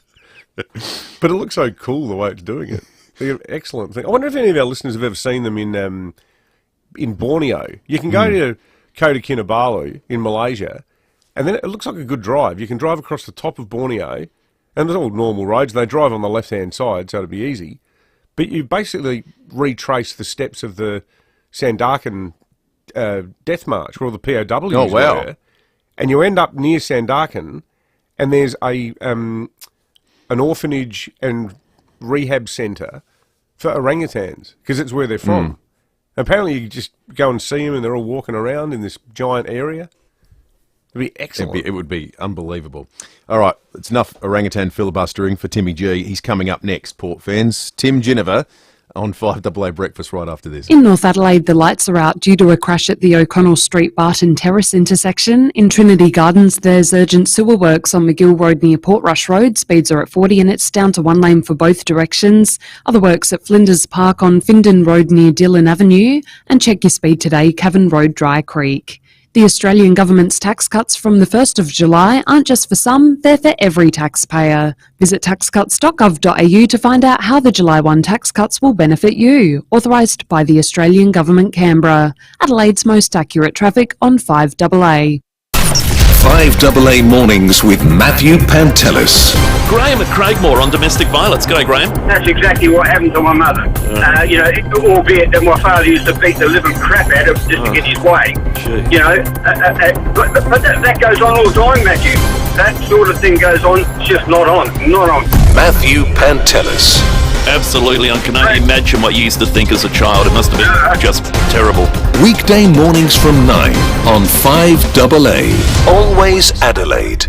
After 25 years of delivering perfect service, ACET Couriers is evolving to better reflect what they do now. They're not just couriers, they're your go-to for fast, secure and reliable national transport solutions, now known as ACET Transport Solutions. Darren, Chris and the team at ACET Transport Solutions have a fleet of over 220 vehicles delivering any size parcel and any size pallet to anywhere in Australia. Book online at acettransport.au. Don't send it, Ace it! Join the great cover-up and get a Walco Guardian pool cover. Made right here in SA, a Walco Guardian pool cover will preserve your chemicals, keep your water clean, and you won't need to run your pump. Put your pool to bed for winter. Visit walco.com.au. Catching up with family and friends at home is always a special time. Make life easy with a welcome hand from your local Barnacle Bill. It's Barnacle Bill for seafood and much, much more. The roller door doctor, this is Nurse Tracy. Hi, I'm having a little issue with my front area. Oh, and what seems to be the problem? It's kind of stuck. Well, that's okay. We service, maintain and repair swing and sliding gates. The Roller Door Doctor, helping SA get it up and moving for over 30 years. Contact the Roller Door Doctor for all your gate and garage door needs. therollerdoordoctor.com.au or call 834 99 005. Hi, Bronte Manuel from Toop and Toop Real Estate. The past quarter has set the stage for a fierce property market over the year. Low supply of new stock to market, interstate migration, and low home dwelling approvals has created a cocktail that we believe can only translate into property price growth over the next 6 to 12 months. If you're looking to take advantage in achieving the ultimate price, Toop and Toop Real Estate hold the highest amount of suburb records in South Australia. Go to toop.com.au to find out more. Rosanna Mangiarelli here from 7 News. Join me and Will Goodings for Adelaide's leading news hour, 7 News, tonight at 6 o'clock. The 5AA Player app lets you listen to all your favourite 5AA shows wherever you go. David Penberthy and Will Goodings, 5AA Breakfast. 26 minutes after 7. Speaking about report cards with distinctions, here's Ginnivan. Tim Ginnivan on 5AA Breakfast. Timmy G! Timmy G on the morning after the showdown that was last night. Timmy, you've got a famous 24-hour rule in football. I think that you inherited from the great John Cale. It's not 24 hours since the game, so where are we at? How are we feeling? At the third stroke, it will be 5:18 precisely. Beep, beep, beep. 5:18. It's still inside my head. Oh, wow. That was, look, firstly, well done to the Adelaide Crows. An inspired, Rory Sloane-inspired victory, I feel. They lift for the occasion. They lift for showdowns, and this is what we started with right back in 1997 with the first game, Port Adelaide winning one they were underdogs for, then Crows bouncing back, and it just went like a boxing match where one bloke gets laid out and the next one gets up, and it was always great that you knew this was going to be on. Now, I think it's now that the Adelaide Crows have won 5 of the last 7, 3 by over 30 points, the last 3 by over 30 points, and they're actually the last 2 looking so convincing. The last 3 actually, I think they've not looked like losing, and this is the worrying trend that Port Adelaide have in their game at the moment, is that when it comes to lifting for the big occasion and actually being able to perform under pressure, they're not able to deliver. And that's a real concern if you feel like you're going to go anywhere close to threatening for a flag. Well, it's precisely what happens in finals, isn't it? Your opponents lift, you've got to be able to lift with them. The thing that, this won't surprise you, Timmy, but on our text line this morning, people have kept the receipts. Port fans are sending us their texts from yesterday saying, here's what I said yesterday about the decision to play Connor Rozee. Don't do it. It's so on and so forth. Now, Ken Hinkley's taken responsibility and said it was his call. What's your reaction to that? Oh, look, I would have thought these days it's a collective between the player, the medical staff and coach. Now, I can tell you in my day of playing, we had a doctor in my time called Dr. Henry Kneebone, and I think he donated 40 years of his life. And when I say donated, was never paid. It was a voluntary position. Wow. And he would be in the medical room, and Jack Carr would come in and say, you know, perhaps a player like Martin Leslie, one of the toughest blokes you'll ever meet in your life, and played with that many injuries, and he'd come in and say, right, Marty, you all right? And the doc would say, no, Jack, he's out this week, and he can't play on that ankle. And Jack would just look at Martin Leslie and say, Marty, you're right. And Marty go, oh, yeah, you could play, can't you?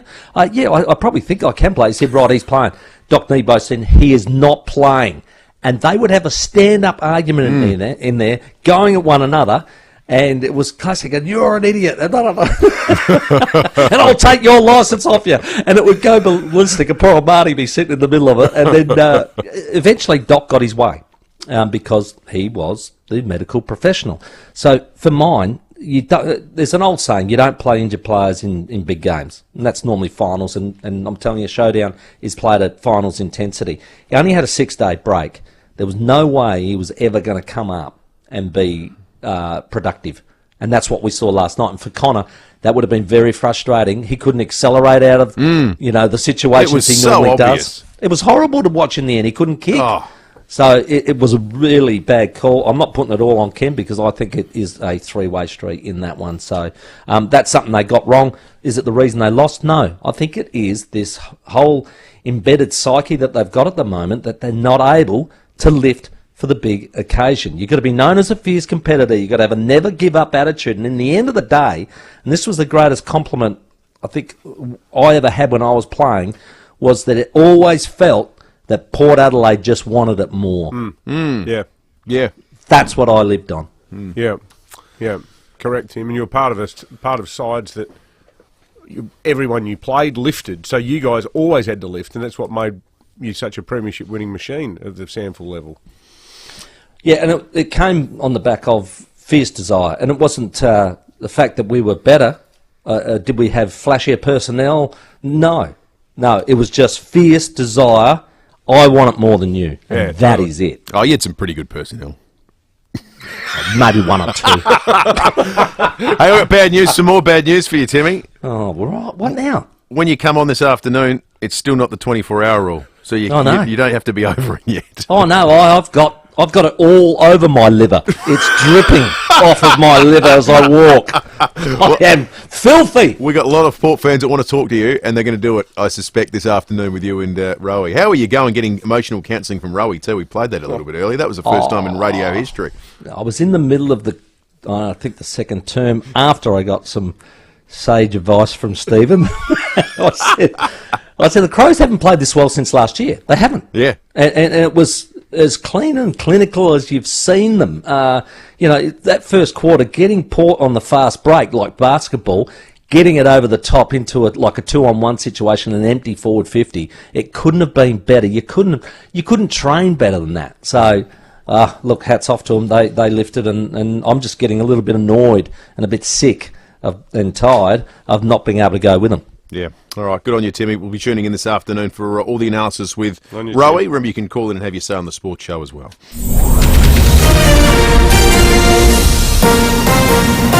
This is 5AA News. Always Adelaide. Sunny and 22 with the 7:30 news. I'm Kendall Brattick. Every body is unique. Let the Physio Extra team take care of your specific needs. PhysioExtra.com. The search for two Perth brothers and their American friend missing in Mexico continues, with 3 people arrested in relation to their disappearance. Alison Petrowski's there. The Baja Attorney General has told 9 News those in custody include a 25-year-old woman found with one of the men's phones in her possession and also a man believed to be her partner. Authorities are conducting drone searches for a second day along the coast, focusing on an area where abandoned tents were discovered. The Attorney General believes they could be connected to the missing Australians. Mexican officials say they're working with Australian and American officials in the investigation and also the FBI. The Attorney General says the search for the Perth brothers is of the utmost importance to her country. An elderly man has died in hospital after hitting a stray sheep with his push bike at Forreston this week. The 76-year-old from Birdwood suffered life-threatening injuries in the crash on Monday. He's become the 33rd life lost on SA roads this year. While Flinders Private Hospital nurse Lily Galbraith has been killed in a horror high-speed crash in Brisbane, her friend Emma McLean's fighting for life in hospital. They were on their way to a friend's wedding when they were hit by another car. More than $300 million will be spent trying to improve safety at Centrelink offices around the country. More from Gail Watson. 9,000 aggressive incidents were reported at Centrelink offices last financial year, and a Centrelink worker was stabbed at the Airport West office in Melbourne's northwest. She hasn't been able to return to work, still battling severe pain and nerve damage. Now the federal government has allocated $314 million over 2 years to boost safety and security. The money will help pay for up to 606 security guards and better security features in all service centres. And the design of 35 service centres considered to be at risk of high levels of customer aggression are also being overhauled. An apprenticeship scheme aimed at boosting Australia's renewable energy workforce is being expanded. Currently, the program offers up to $10,000 in financial support to apprentices in the sector. It'll now be rolled out to other industries like home building and manufacturing, where the federal government says clean energy expertise is also needed. A feather in South Australia's cap. We're the only state in the nation to grow exports, according to the latest trade stats. Trade with China continues to skyrocket, up nearly 40% year on year. Trade Minister Joe Sockarch says it's the 8th month in a row SA's export growth has outpaced the rest of the country. We want to keep growing. That's the primary goal of what we're doing right now, and we're seeing really strong growth in markets like wine, really promising signs, and always great to see South Australia is the only state growing with sending the best that we make here in South Australia off to the world. There'll be a special rocket launch near Celiac this afternoon. The German-made high-impulse SR-75 is scheduled to blast off. It'll travel upwards to an altitude of 50 kilometres before parachuting back to Earth. An original artwork commissioned for the front cover of Harry Potter and the Philosopher's Stone is up for sale in the UK. It's expected to sell for up to 900,000 Australian dollars, the highest pre-sale value ever placed on a Harry Potter-related item. Now turning to 5AA Sport, here's Tom Wren. Thank you, Kendall. Adelaide has beaten Port Adelaide by 30 points last night to kick off round 8 with the Showdown. Crows veteran Taylor Walker choked up after the game, reflecting on the retirement of teammate Rory Sloane, who stepped away from the game to avoid further damage to his eye. I might get a little emotional here, but I love him and his beautiful family, so to not be able to play again with him, it's tough, but I think he's made the right decision for life after footy. Walker there on Fox Footy. Meantime, Port Adelaide coach Ken Hinkley has apologised to fans for playing captain Connor Rosie after he went into the game with a hamstring injury. He's almost certain to miss next week's clash against Geelong, but the coach is more hopeful forwards Mitch Georgiades and Todd Marshall will be okay after they were forced from the ground late in the match. Straight after the game I think they're okay, but who knows? I mean, one was a rolled ankle, it's a small roll of ankle. I think that'd be fine. Mitch's knee looks like just a knock on the knee, but it blew up quite quickly. But nothing, I don't think, sinister. But who knows? And round 8 continues tonight with Carlton and Collingwood set to clash at the MCG. Let's get to soccer. Ange Postecoglou's Tottenham have gone down 2-0 to Chelsea in the English Premier League, all but ending their hopes of a top 4 finish. And Arina Sabalenka has fought back from a set down to beat Elena Rybakina to win through to the Madrid Open final after a classic 3-setter. She'll now meet number 1 seed Iga Swiatek in the final. And that's the 5AA Sport. Now to the traffic. In North Adelaide, the lights are out due to a crash at the O'Connell Street Barton Terrace intersection. In Trinity Gardens, there's civil works on McGill Road near Portrush Road. Speeds are down to 40 and it's down to 1 lane for both directions. Other works at Northgate on Fosters Road near Swanbourne Drive. Speeds also reduced there. And watch your speed today, Salisbury Highway, Parafield Gardens. It's the end of financial year. Get the MY23 Volkswagen Amarok Life from $58,990 drive away with free 5-year care plan. Ends June 30. T's and C's apply. Adelaide's most accurate traffic on 5AA. See any issue firsthand with AutoCam. Real-time video, direct to you from your Automasters technician. Sunny and 22 today, mostly sunny tomorrow, also 22. More of the same for Sunday, and sunny on Monday, 23. At the moment, 9. More news as it happens on 5AA. 5AA's Tech Talk with your host, Adelaide Tech Guy Richard Pascoe. Thanks to Harvey Norman Computers. Here's a gift idea for Mum. Seamlessly share photos and videos with your loved ones from anywhere in the world with the FIVEAA PhotoStream 7-inch photo frame. It's a digital photo frame that connects to the internet and allows users to send photos from their devices such as a phone to the digital frame. PhotoStream's 7-inch photo frame is just $98 from Harvey Norman. They also have a larger 10-inch frame for $168. And if you really want to showcase your memories, they have a huge and stunning 15.6-inch photo frame from $298. Tell them I sent you in and receive a bonus $20 Harvey Norman gift card with any FIVEAA PhotoStream purchase, limited to 2 bonuses per customer. See the range of FIVEAA PhotoStream digital photo frames now at Harvey Norman. Check out this great offer at a Harvey Norman store near you. At Coles, there's great value hands down across fruit and veg this week. Like delicious South Australian Pink Lady apples. Just $3 a kilo. Just $3. Get great value hands down at Coles. Offer ends Tuesday. You know when you really need to go? You can't hold on any longer. You'll do almost anything.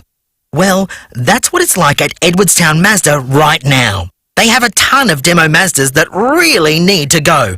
All colours and models, all barely driven and all ready to go at unbelievable drive-away prices. Buying a demo is a great way to get into your dream Mazda, and buying it from Edwardstown Mazda makes it extra special. Demo sale on now. It's gotta be Edwardstown Mazda. 5AA Breakfast is streaming live right now. To watch, simply head to 5AA on Facebook or YouTube. The 5AA Player app lets you listen to all your favourite 5AA shows wherever you go. David Penberthy and Will Goodings. 5AA Breakfast. 20 minutes to 8. We're going to flash back in time with Michael Smith very shortly.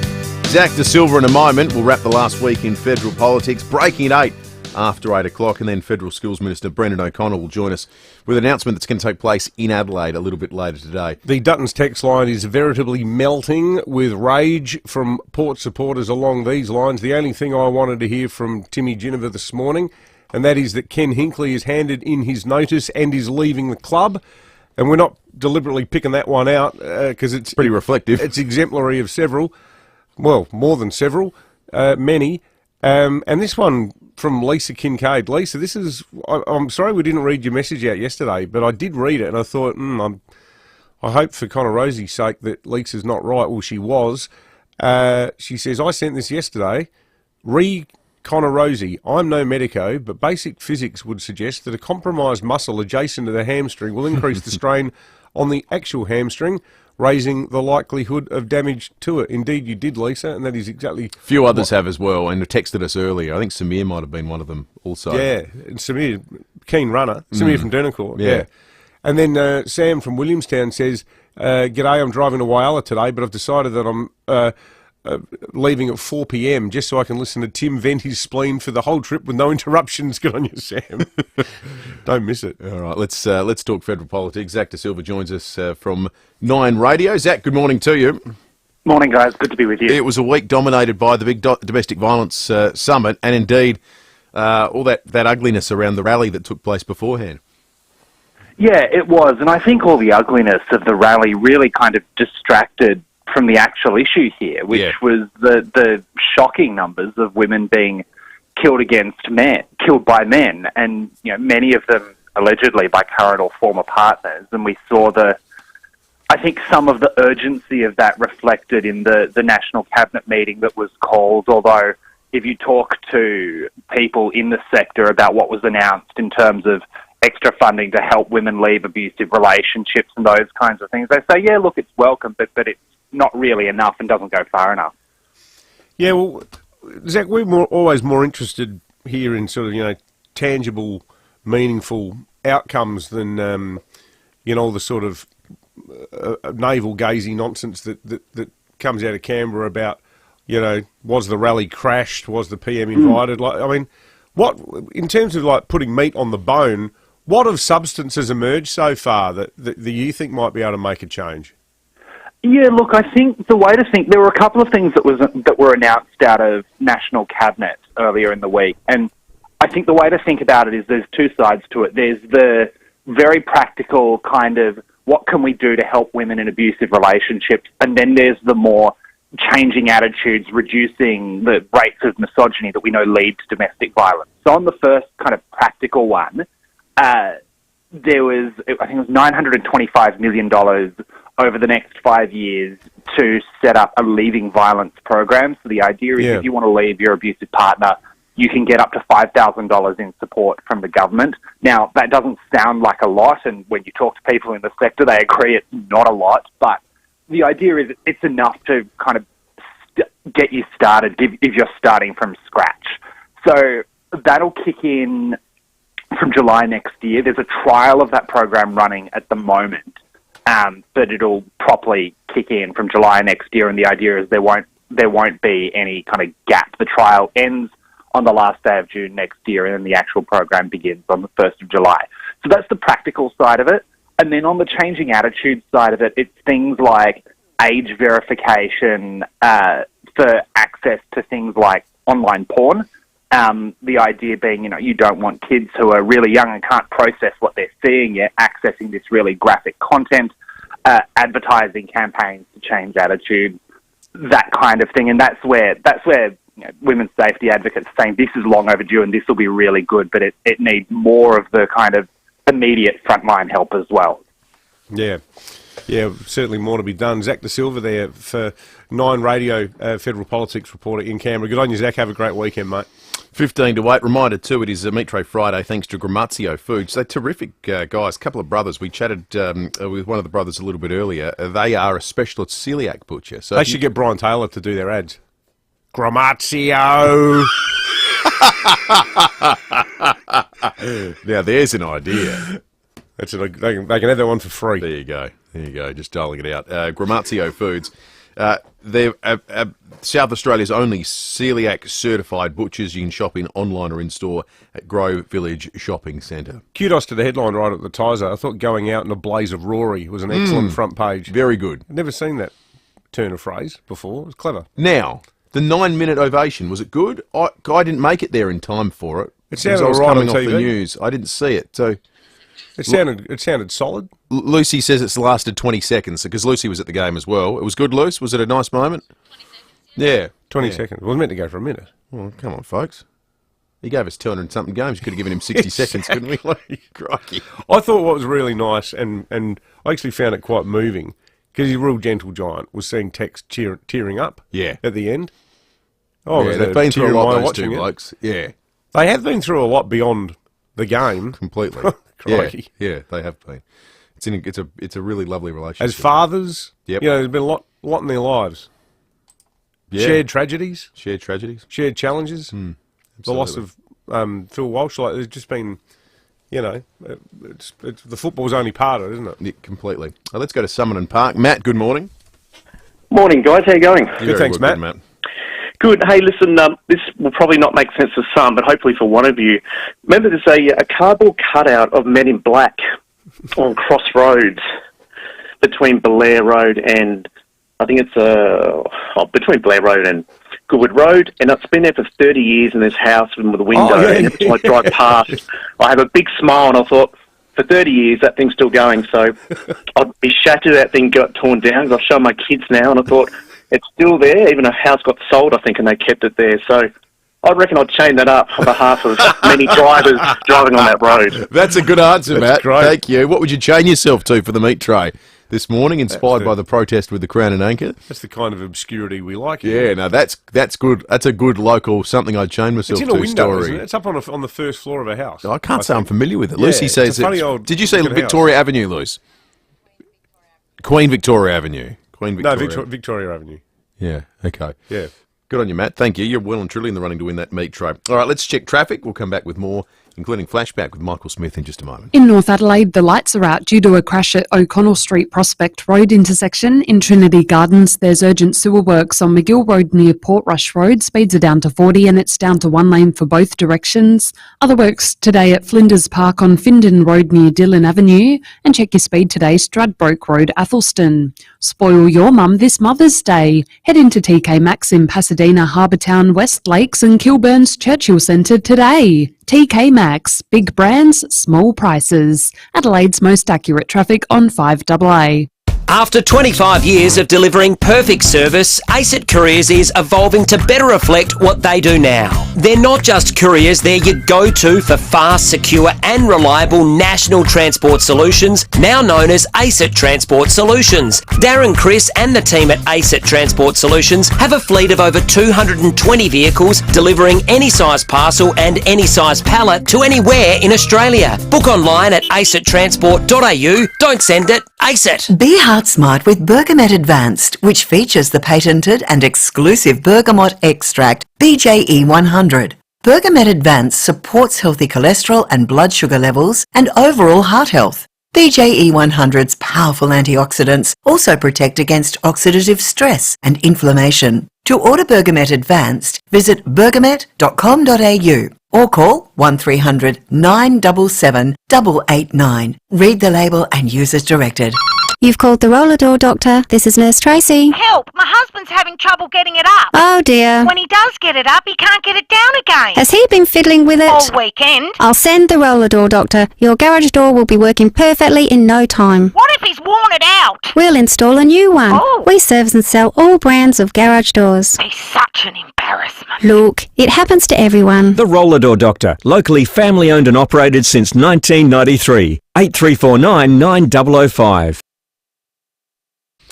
It's nice to reflect on family, especially our mums on Mother's Day, and what better way to show your appreciation and keep her warm this winter than by gifting Mum a pair of beautiful, handcrafted, comfy and cosy Ugg boots from Uggs to You. Ugg boots are available in plenty of sizes, styles and colours, all at wholesale prices. The prices at Uggs to You are so cheap, and it's where I got Will his inaugural pair of Ugg boots. As a proud South Australian small family business, Uggs to You make their handcrafted Uggs on site using A-grade Aussie sheepskin. Pop in and see Vlass and Mary, they're a lovely couple. They've got Red Spot Mother's Day specials like Sand Women's Scuffs for only $55 and Sand Cozy Slippers just $75 while stocks last. And let me throw in too, Uggs are not just for wearing around the house. You should wear them everywhere. You can, exactly right. Wear them to the supermarket. I'll tell you how good those Uggs are. They got stolen from me within about 5 You're wears. joking. They did, by my wife. And she's an Uggs aficionado. And she said, these are so good, you're never wearing them again. Support local and grab Mum a pair of Uggs this Mother's Day, Sunday 12th of May. Uggs to You, manufacturers of superior Australian Uggs, located at 235 Frederick Road, Seaton. Uggs to who? Uggs to you.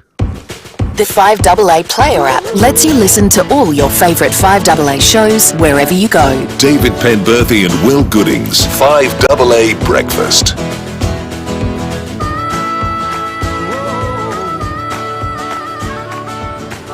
9 minutes to 8. Getting a lot of Dutton's text through from people who are confessing to former chainings, to use the, to coin a phrase. We want to hear from Jim. We want him to tell the story on air. It's a great one. Yeah, okay. So I shan't reveal it? We can. Okay. Jim was involved in the pie cart protest at Parliament House, where he chained himself to Parliament House. Jim, call in and tell us the story. Apparently it's on YouTube.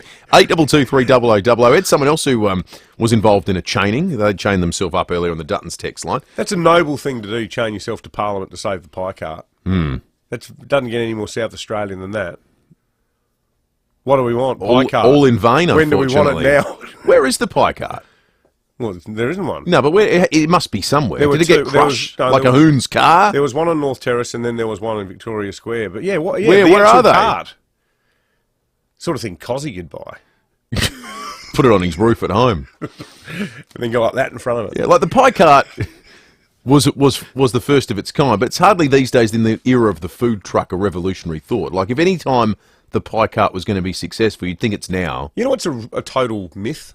That you only eat a pie floater as some sort of drunken dare.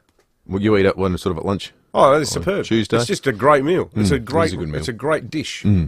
All right, let's. Speaking of, we're sort of living in the past. Let's flash back in time officially now with Michael Smith from 7 News. It's time to Flashback with Michael Smith. Good morning to you, Michael. Hello, Will and David. We have an imperial edition of Flashback for you this week because it's exactly 50 years since we fully embraced the metric system, said goodbye to inches, feet, yards and miles, and embraced centimetres, metres and kilometres. Now, I don't know about you guys, but I'm hopeless at maths. Yes. So I would have been dreadful trying to use imperial measurements. It makes no sense. I can do grams and pounds, but when it gets down to ounces, I'm out. If it's a recipe book and it says an ounce, I'm like, what's an ounce? Exactly. A gram is metric, isn't it? Oh, sorry, I meant imperial. We're going well. The original definition of an inch, curiously, was 3 barley corns end to end. There were 12 inches in a foot, 3 feet in a yard, 1,760 yards in a mile. Makes perfect sense, really, doesn't it? That's ridiculous. And the original definition of an acre was the area that a man could plough with 8 oxen in a typical day. Thank goodness the French came up with the metric system in the late 19th century. It's now used pretty much universally apart from the US, Myanmar and Liberia. It was phased in gradually here. You might remember we had decimal currency, 1966. We changed the way that we measured the weather in 1972. So water no longer boiled at 212 degrees and froze at 32. That made things much simpler. But 1974 was the key year because that's when we changed the way we measured weight and distances. Think about the impact that had. You went shopping differently. Designing a house, the measurements were different. Driving, all the speed limits changed. Going back through the archive, most people seemed quite happy to embrace this much simpler system. Apart from our reporter, Brian Burke. Have a listen to this. Instead of thinking in pounds and stones, for example, we'll now be thinking in kilograms and grams. And before you say that that's simple, just stop to consider how often words like foot, yard, stone, pound or acre pop into your mind. And another fact to be considered is that many countries, including the United States, will retain the old measure. Cassius Clay, though of course he's converted to Muhammad Ali, will still tip the scales at 210 pounds. And international comparisons may be more of a headache than they are now. And if you're wondering, yes, that is the same Brian Burke who ended up being the Premier of Western Australia and had mathematical challenges of a different kind many, many years later. Curiously, though, guys, people often still refer to their height in feet and inches. And of course, when you order a beer, you order a pint. So a little of the imperial system is still with us. Yeah, I think people still struggle to conceptualise what a 188 centimetre person looks like. But if someone's 6'2", you go, yeah, okay. So I was born a decade then after the change. Feet and inches makes so much more sense to me for people's heights. That makes no. Could you use a recipe where it said use 1.5 pounds of flour? No chance. No chance. What's pounds? 2.2 pounds a pound to a kilo? Is 450 grams. Yeah. 1 pound is 450 grams. But yeah, what I was trying to say before I got confused, ounces. What's going on there? And the other thing is, if you were told something is X number of miles away, I'd struggle. You know who does this the worst, I think, on planet Earth, and thank you to Michael, we're looking forward to that story on 7 News on Sunday night, is the Brits. See, at least the Americans are all imperial. Most of the world is metric. You go to the UK, and they have, six of one and half dozen of the other, where speeds can be in miles per hour, distances can be kilometres. The UK is a total mess. At least the Americans have just decided we're sticking with imperial. Getting a few droll texts from residents of some of the more raffish suburbs, like the one I used to inhabit. One here says, we still use grams and ounces in Elizabeth. Oh, that's a bit Quite a rough. few people used to use it in Mitchell Park as well back in the day. All right. Jade Ryan's out on the road. Good morning to you, Jade. That was excellent. The old 12 plant rule. Golden era. Oh, I don't know what you're talking about. Moving right along. Crows and Ball fans, what do we do this weekend to fill our time? We've got you covered. The SANFL, if you still want a footy fix. The Roosters play Nord tomorrow. The Bloods take on the Dogs, Panthers and Glenelg. And then your mob, Dave, the Double Blues play the Eagles on Sunday. And keeping with the sporting theme, it's Derby Day tomorrow at Morphettville. So calling all fashionistas, get your black and white on, head down to the races. There'll be DJs, of course, a lot of racing as well. Tasting Australia, it starts today also. Some of the country's top chefs, they'll be in town to wine and dine us over the next 10 days. And it'll be a South Aussie, so we'll be in heaven for any foodies. For more than 150 events will be spread across South Australia. But The action isn't just out in the regions. You can head to Vic Square. It's the home to the festival. It'll open daily from 11 a.m. It's free to enter, packed with food stalls offering everything from gourmet treats at Africola Canteen to Vietnamese from Ong Vietnamese and local favourites like Peel Street. And new this year is the Town Square Canteen, which is going to bring flavours like the Prairie Hotel from the Flinders Ranges and the Watervale Hotel from Clare Valley, so you don't even have to leave town. Tina Turner, she's been rolling into Adelaide. The stage show is on at the Festival Theatre. I've heard it's amazing. Hey, and also Mark Seymour, the man behind Hunters and Collectors. He's going to be rocking it out, belting out some new songs from his new album, The Boxer, at the Gov tomorrow night at 7:30. The South Aussie History Festival is on during the month of May. And tomorrow is May the 4th. So all you Star Wars fans, May the 4th be with you. Lots happening, including a rave party at the Rhino Room. It starts at 10 p.m. I'll be well and truly in bed by then. This is called the Come on, Wheelchair... Joe. You'll be raving. Oh, no. You'll be raving not with your Princess Leia haircut. I'm more Chewbacca. It's more comfortable. Oh, dear. The onesie. I've been compared to Chewbacca, but that's for other reasons. This is cool, this guy. The Wheelchair Rugby National Champs, it's on in Adelaide. It's back for the first time in 10 years. You can head to Netball SA. 80 athletes will be here, and it's a selection event for the Australian Steelers team to compete in Paris. So good, Paris Olympics, of course. So good luck to all of you competing. Lots happening. Have a brilliant weekend. Good on you, Jade. That's a terrific wrap of things to do. In the absence of footy this weekend for Crows and Port fans, 5AA News is coming up. Breaking at 8 next. The very latest news and information. This is 5AA News. Always Adelaide.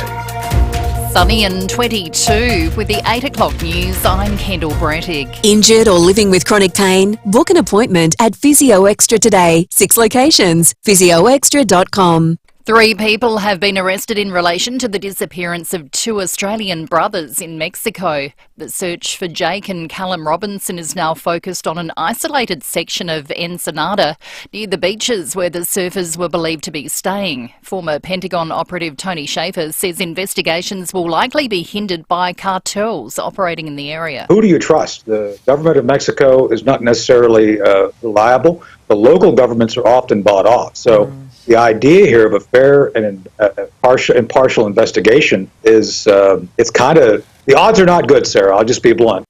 Tributes are flowing for a Flinders private hospital nurse who's been killed in Brisbane in a high-speed crash. 24-year-old Lily Galbraith died instantly and her friend Emma McLean's been left fighting for life after a retired police officer allegedly crashed into them at 200 k's an hour while they were driving to a wedding. While an elderly man has died in hospital after hitting a stray sheep with his push bike at Forreston.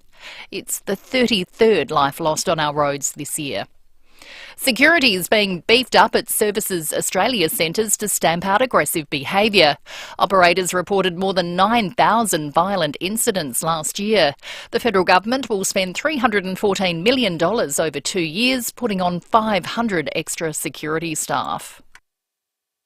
Around 200 people have been arrested at a California university after police broke up a pro-Palestinian encampment. More from US correspondent Jonathan Kersley. It was 3:30 in the morning local time when police made the move to bring the protest at Los Angeles' UCLA to an end.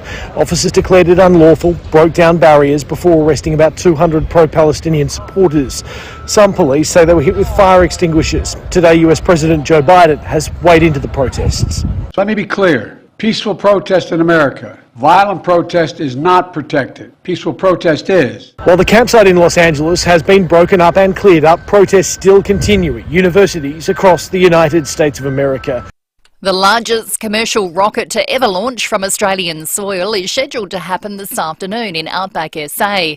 The high-impulse SR-75 is scheduled to blast off from the Cunibba test range northwest of Ceduna. The German-built rocket will test new propulsion technology which combines paraffin wax, basically candle wax, and liquid oxygen. It'll travel to an altitude of 50 kilometres before parachuting back to Earth. Researchers have found dwelling on something unpleasant from the past can increase your risk of heart attack or stroke by up to 40 minutes.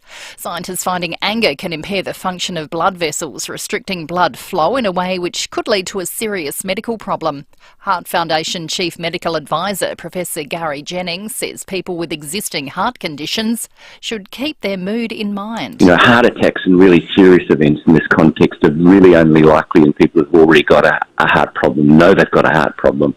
And if this is a situation that they encounter from time to time, then they do need to think about how they're going to react next time. And a new photo of Princess Charlotte has been released to mark her 9th birthday. The photo was taken by her mother on their Windsor estate over the past few days. The palace says it has not been edited. Now turning to 5AA Sport, here's Tom Wren. Thank you, Kendall. Port Adelaide skipper Connor Rozee was subbed off in last night's 30-point loss to the Crows after again hurting his hamstring. Rozee entered the showdown with questions over his fitness, and coach Ken Hinkley has taken the blame, saying he gave the green light for him to play. I can try and hide behind it, but I'm not cowed when it comes to owning a mistake, and that was what it was. It's no worse, but it's the same issue, which would suggest to me that if he had the week off, he would be better the next week. Let's go to soccer. A bad morning for Ange Postecoglou's Tottenham. They've now lost 3 straight after going down 2-0 against Chelsea at Stamford Bridge. Meantime, Aston Villa has lost the opening leg of its Europa Conference League semi-final to Olympiacos 4-2. To cricket, South Aussie Travis Head has again played a key role in helping his Sunrisers Hyderabad to a win in the IPL.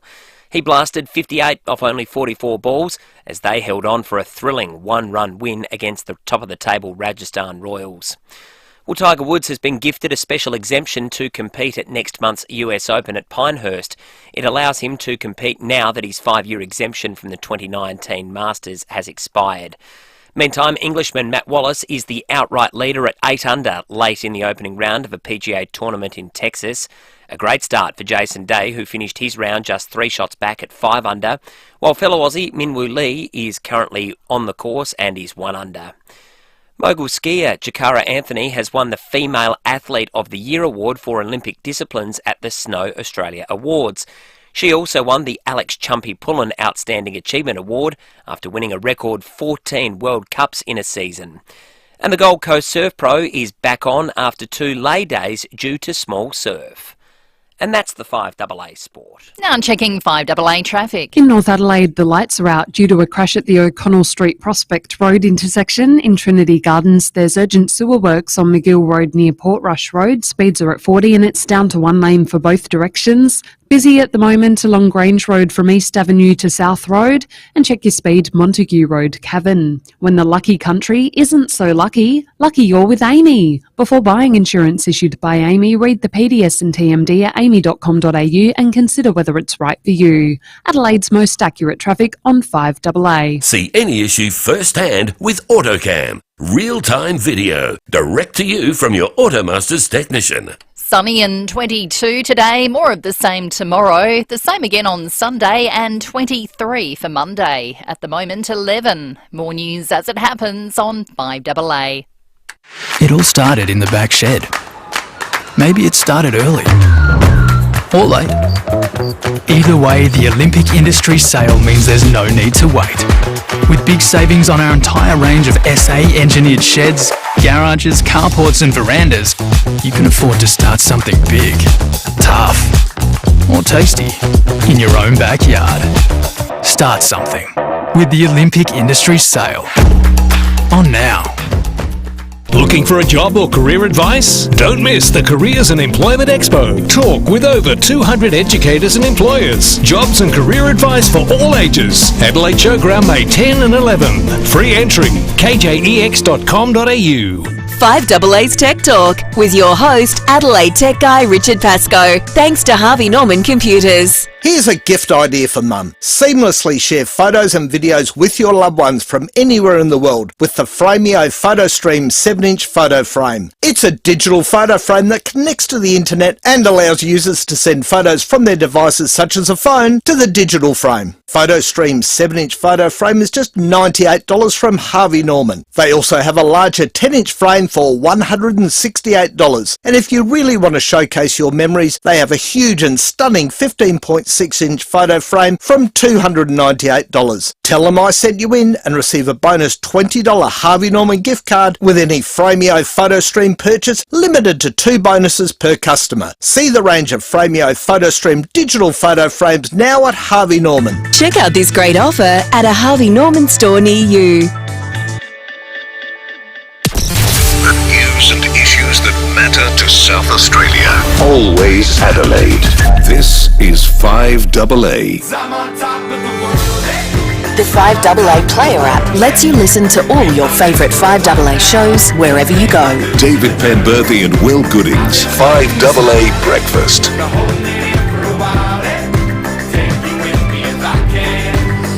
9 minutes after 8. I think Crows fans are feeling on top of the world. Big thanks to Sam Dado, who's put that song in for us to celebrate this morning. Very generous of him. He's just that kind of guy. Sam's struggling. He actually gave me the double finger salute just then. The worst I don't thing think he did put it in after all. The worst thing for Sam today is that when we came in, we've got one channel with a live stream on it, and we got the other TV up on the wall here. You know what's been on repeat since 5:30 this morning? The Showdown. Well, it's still there. David, it's just dedication to our craft. You just don't want to... There's something we might pick up. It is the big news story of the morning, and it's good to just... The screen is facing directly at Sam. Yeah, we can't even see the screen. It's actually like some sort of... I can. Oh, you can see the screen. Catherine on the Duttons... Close attention to I like this from Catherine on the Duttons text line. She says, fantastic night for the Crows. The sun always seems to shine brighter after a Showdown win. And then she goes on to say, on Meat Tray Friday, Sue from Christie's can have George Clooney all she likes. Catherine from Myrtlebank, which is her, is chaining herself to Hugh Jackman. My dream has come true. He's on the market now. This started out as a heritage story, and it's become a romance one, the Meat Tray Friday question this morning. Romance. What would you chain yourself to? Big thanks to Catherine and Sue for taking it in a very different direction to the one we started from with the Crown and Anchor discussion that we had at 6:05 this morning. But you can still win yourself a meat tray thanks to the great people at Gramazio Foods, South Australia's own Celiac certified butchers. What would you chain yourself to? 8223 0000 or text us on the Duttons text line. It's time for Breaking 8. Well, this is a terrific story, and it's something that's close to our heart because Will and I went over to KI a couple of times to do the show there in support with the 4,000 odd people who were lucky to call KI home after the devastating bushfires a few years ago. Well, today, AFL boss Andrew Dillon is making the journey over Backstairs Passage to inspect the island's football facilities, many of which were damaged or destroyed in the bushfires which ravaged the island. And now, I think with some support from the AFL, all of these footy facilities are back on their feet. But it does beg a question, given that we've got gather round for at least another 2 years, and a lot of people, including the Premier, are saying we should get it in perpetuity. At some point, particularly given how beautiful the oval is there at Penneshaw, should KI be part of the discussion around hosting a game for gather round? We thought that we'd get the Mayor of KI, Michael Pengelly, on the show. Mike, thanks for joining us. We always love chatting to you, mate. This is exciting stuff. So can you walk us through what are the facilities that we're actually talking about first? Well, good morning, gentlemen. Andrew Dillon's coming over, I think, for tomorrow as well for the opening of Western District's footy club, etc., sports club tomorrow. And I understand he's having a look around today. I'm not sure that we could actually physically get the people across to have a gather round here. I'd love to have one, don't get me wrong. But, yeah, that'd be the trick, wouldn't it? The logistics of well, getting them over. It'd be the logistics involved, to be perfectly frank. So, yeah, we wish Andrew Dillon the best in his jaunt around the island, but tomorrow... Well, don't discount, Michael, the power of the AFL. They're sort of strong-arming Tassie into building a stadium. They'll have a bridge for you guys if you like. Well, as long as the council pays for it. Yeah, well, we'd have to pay for the upkeep if they build it. So yeah, that's right. It's a double-edged sword there. But, no, look, I think it's good that he's coming over. The AFL have put a lot of money in the Western Districts. They're not the only ones. The Mayor's Fund, we put $514,000 into Western Districts rebuild. We put $514,000 in Stokes Bay rebuild. after the fires. They were community assets that we just saw as essential to get up and going. So tomorrow will be a big day out there. Pennyshore Oval is certainly a wonderful place for sport, overlooking Backstairs Passage. Oh, yeah. You know, all the clubs, the 5 footy clubs over here all do their best to keep going, and we changed the rules a bit with numbers, A grade, 16 on the ground, that sort of thing, to keep footy going. It's pretty hard work. Yeah, so totally. if Andrew Dillon comes over here and throws a few dollars around again, it'll be most appreciated, I've got to tell you. I've got to say, I mean, the head of the AFL, particularly on a night when you've got the ultimate clash game happening at what is really still regarded as the home of football, the MCG, and he's on KI instead. I don't want to get ahead of ourselves, Michael, but it does feel like maybe he is thinking about the possibility. And obviously the ferry alone couldn't get everyone there. They'd have to look at whether they could have some special boat charters or something like that. But maybe he is in the back of his mind wondering about the gather round. Well, I hope he is, and I'd talk it up. Be no doubt about that. Yeah. We could have a showdown here, mate, and the Crows could flog Port on one of the ovals on the island. That wouldn't be such a bad thing, either. Oh, dear. I think Sam Daddo's going to push the kill button if this continues. Well, show him a good time, Michael. It's impossible not to have a good time on Kangaroo Island, but yeah, just piqued our interest, and we hope Andrew Dillon enjoys himself over there and tells all his friends to get to Kangaroo Island too. Michael Pengelly there joining us. Yeah. Thanks, boys. We'll see you later on. Cheers.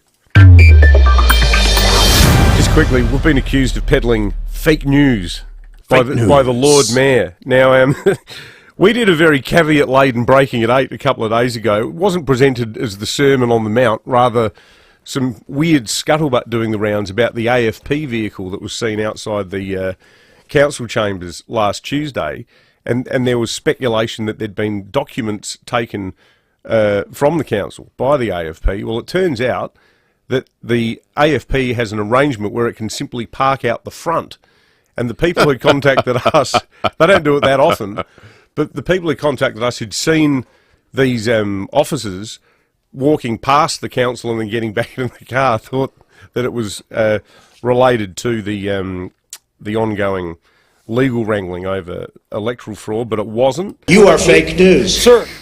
We're gonna get the Lord Mayor a red baseball hat that says "Make Adelaide Great Again." You don't even have to change the letters. That's the good thing. Mega. But as we said, we're not in the business of peddling nonsense. But on the rare occasion that it does happen, I withdraw unreservedly, Your Excellency, and no documents were seized. You are fake news, sir. Okay.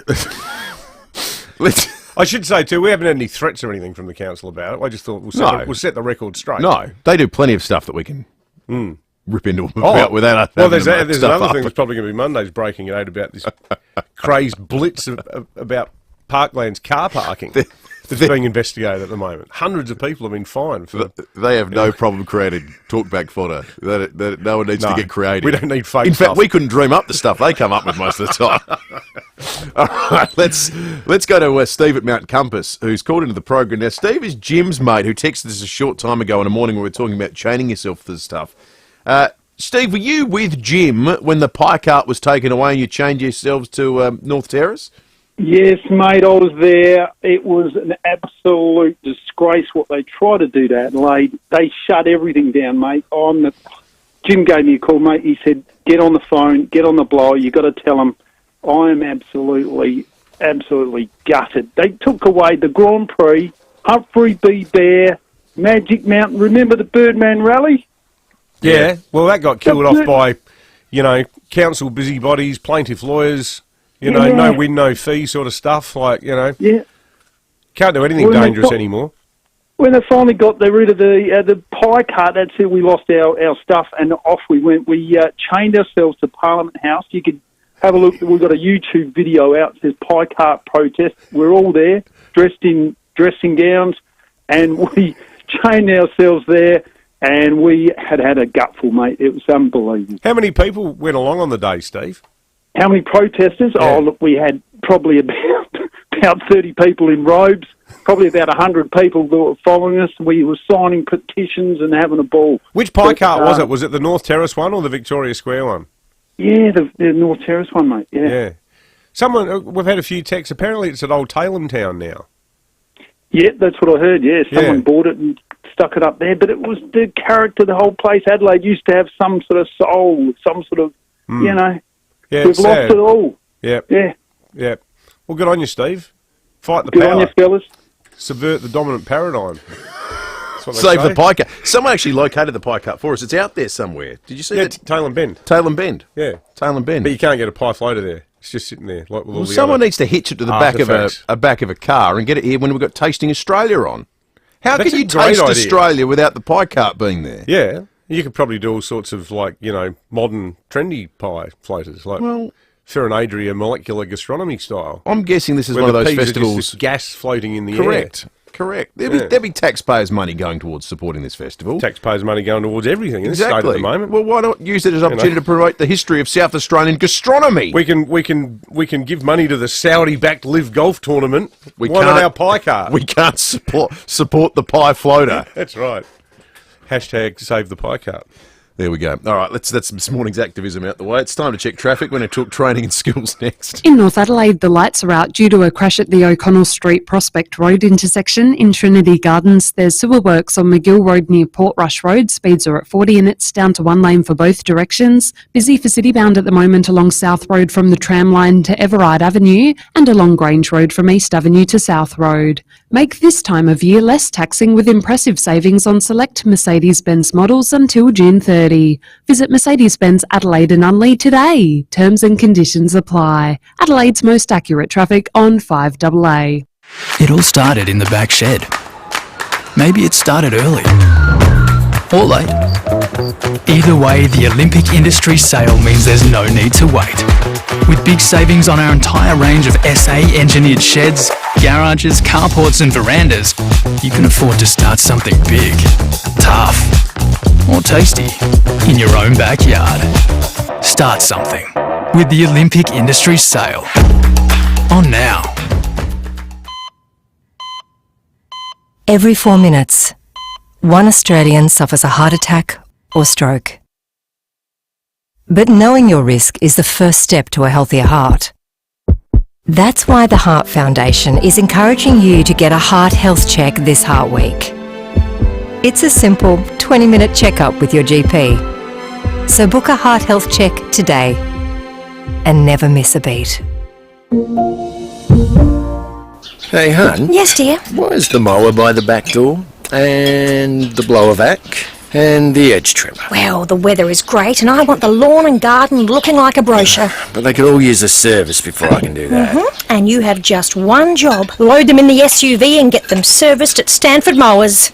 And then? Feed up, hun. The backyard is all mine this weekend, baby. Stanford Mowers for servicing. 590 Main North Road, Jeps Cross. StanfordMowers.com.au. If you've seen Aldi's low prices, you may have thought they're having a sale, but they're not. And here's how you can tell. If there was a sale, there'd be a horn going, wee, wee, wee, wee, and I'd be shouting, it's a celebration, as starbursts flash and confetti explodes.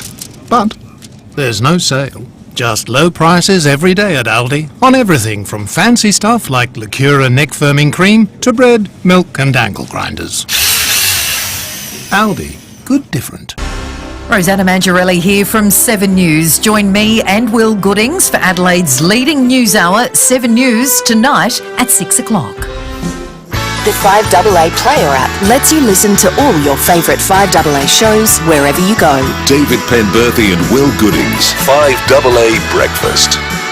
22 minutes after 8. If you love your food, make sure you're listening to Stacey Lee just after 3 p.m. today. Chris Jarmer will be in the studio from Jarmer's Kitchen for Foodie Friday, thanks to Smeg and Powers. If you're building or renovating, your first choice should be visiting the Smeg showroom at Debney Distributors. Taste the difference with Smeg and Powers. If you're watching on the Foodland Supermarkets Facebook and YouTube live stream, you'll see that we've been joined in the studio by the Federal Minister for Skills and Training, Brendan O'Connor, who's in town with about $2.2 million worth of cash for TAFE here in South Australia. How's the money going to be spent, Minister? Well, we're going to invest it in providing mobile trailers and light vehicles so we can take the learning out to regional South Australia. Too many South Australians miss out because they have lack of access to training, whether it be an apprenticeship, acquiring skills in areas of demand, and we have skill shortages across the economy. So this was a bid put by South Australia TAFE. It made sense to us that we could actually provide those facilities in a mobile fashion across regional South Australia.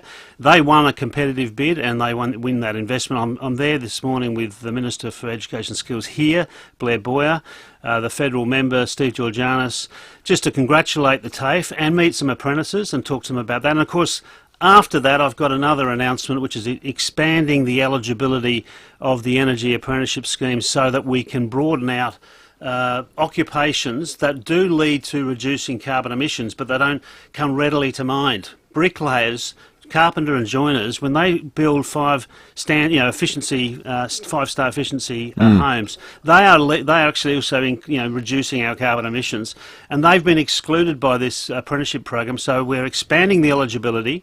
That will, I think, increase the likelihood of people enrolling in these apprenticeship schemes, and that is critical because we have thousands and thousands of electricians that we need to come into the labour market by 2030. 32,000, in fact, extra electricians, but also other occupations that will help us transition the economy. So, look, really good announcements. I'm happy to be in Adelaide.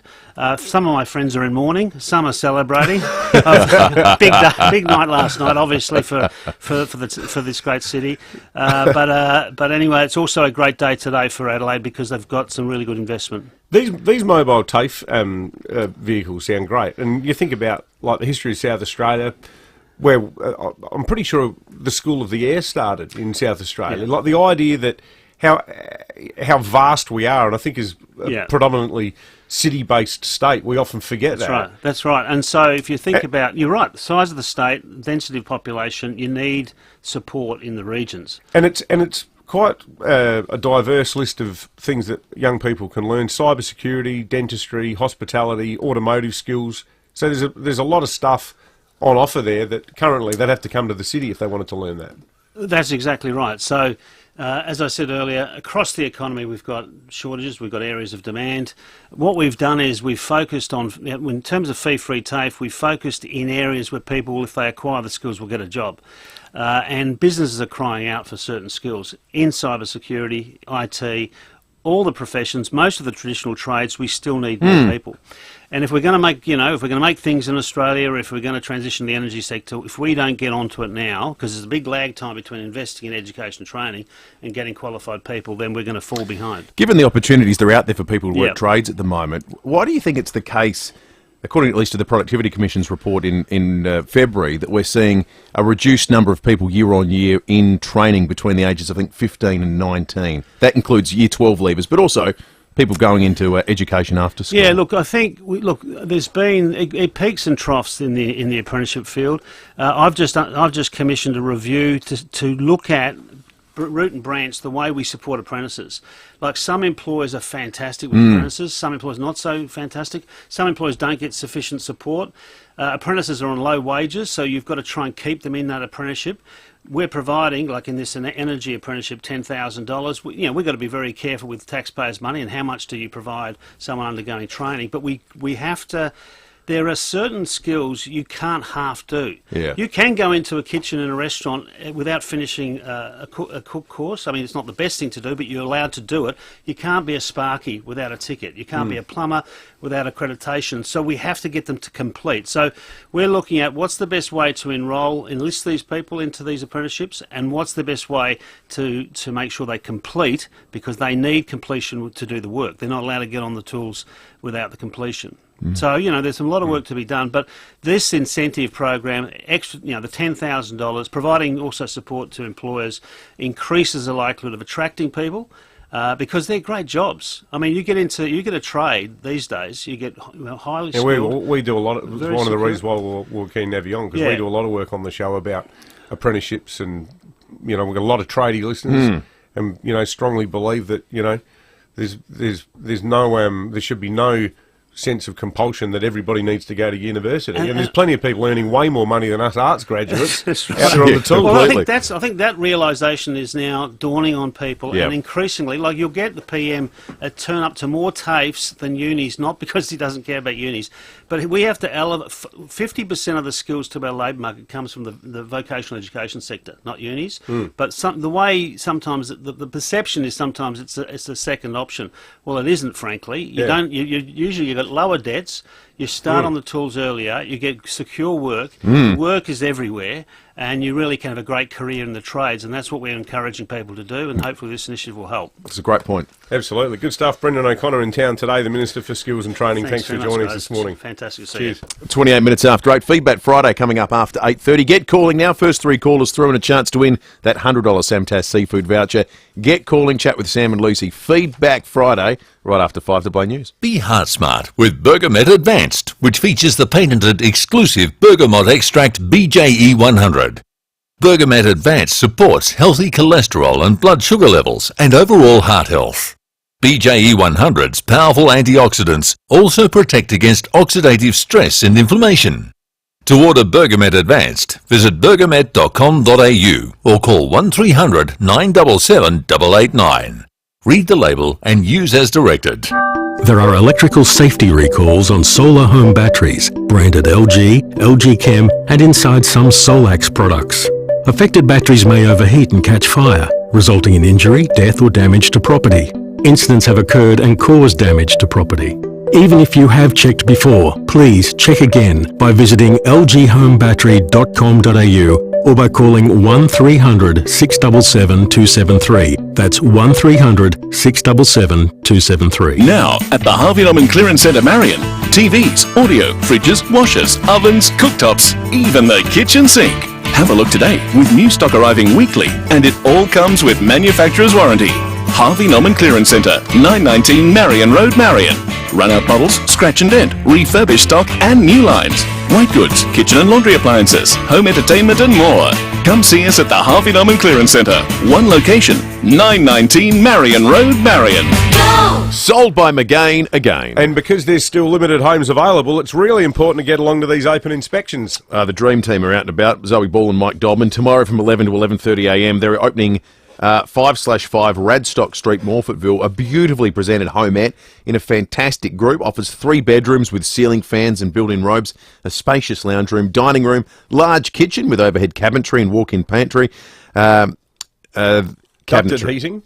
Ducted heating, exactly right. There's cooling as well. Pitched undercover entertaining area, thank you. Lock-up carport plus a second lock-up car park, 659 to 699k. And then on Sunday from 1 to 1:30, Danielle Comer and Rachel Farrer are opening 64 Nash Lane, Morphett Vale. Discover the epitome of comfort and style. Oi. I'm going to start that again. 64 Nash Lane, Morphett Vale. Discover the epitome of comfort and style in the sought-after Morphett Vale neighbourhood. It's an impeccably maintained 3-bedroom, community-titled residence with open-plan living, outdoor entertaining and a single garage. It promises a low-maintenance lifestyle at an unbeatable price. Just, how's this? $499 to $548k. That was my dad voice, by the way. Oi, don't do that. Take a look at these properties and all the McGain listings at mcgain.com.au.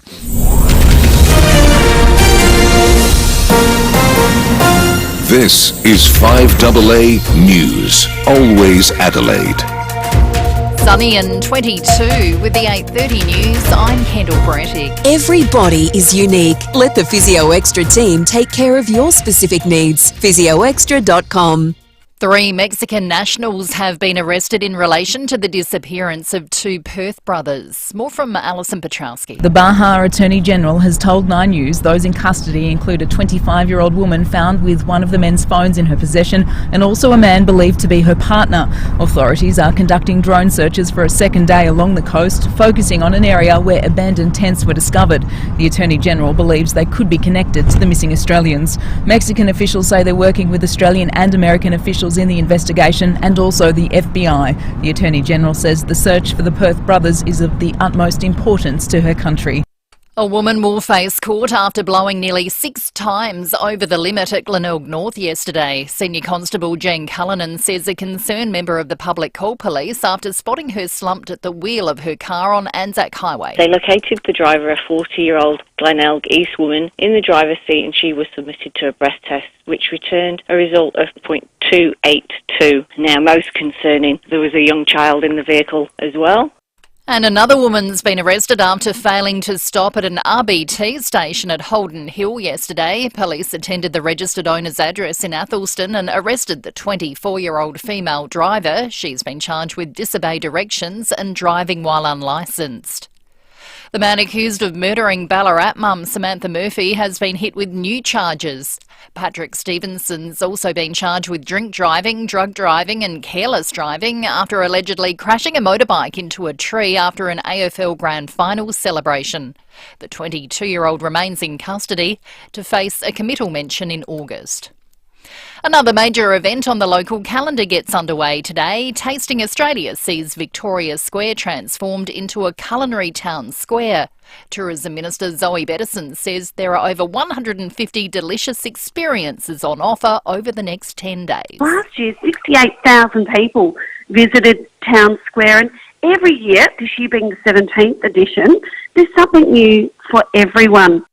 Excitement in Outback SA today. Mel Usher says a German rocket is set for liftoff. The High Impulse SR-75 is scheduled to blast off this morning from the Cuniba test range, 40 kilometres northwest of Ceduna. It's the largest commercial rocket to ever launch from Australian soil. The 11.5 metre tall rocket will test new propulsion technology, which combines paraffin wax, basically candle wax, and liquid oxygen. It will travel upwards to an altitude of 50 kilometres before parachuting back to Earth, where it will be recovered. Southern Launch and the Cuniba community are hosting the event. And scientists in Indonesia have for the first time captured an orangutan using medicinal herbs to heal an injury. They caught the primate treating an open wound with sap and chewed leaves from a plant known to have anti-inflammatory and pain-relieving properties. Now turning to 5AA Sport, here's Tom Wren. Thank you, Kendall. Let's start with footy. Port Adelaide coach Ken Hinkley admits his side's horrific conversion rate in front of goal is a major concern and will be addressed following last night's 30-point showdown loss to the Crows. The Power had more scoring shots than Adelaide, but booted 5 goals 18. Hinkley says it's something they've never worked harder on and says there could be a few factors why it was so bad. It's game style. It can be personnel. It can be managing the stress of taking the opportunity. So I think there's 2 or 3 real things that we need to look really clear at because we can't keep ignoring the reality of it's embarrassingly poor in front of goals. Compounding Port's problems, Captain Connor Rosie looks set to miss next week after aggravating his hamstring issue, while Mitch Georgiades has a sore knee and Todd Marshall rolled his ankle. Let's get to cricket. South Aussie Travis Head has continued his great campaign in the IPL, recording his 4th half-century of the tournament for the Sunrisers Hyderabad. Goes again, this time more towards the batter and in the direction of long on, so back-to-back sixes for Travis Head. Audio there thanks to Fox Sports. Head smashed 58 from 44 balls as his side finished with 3 for 201, and it was just enough as they held on to beat the top of the table Rajasthan Royals by just the 1 run. To soccer, Ange Postecoglou's Tottenham have suffered a 3rd straight EPL loss, this time at the hands of Chelsea. The result sealed in the 72nd minute. Palmer, underside of the bar, and then the header into the gaping net as Chelsea double their lead. Nicholas Jackson.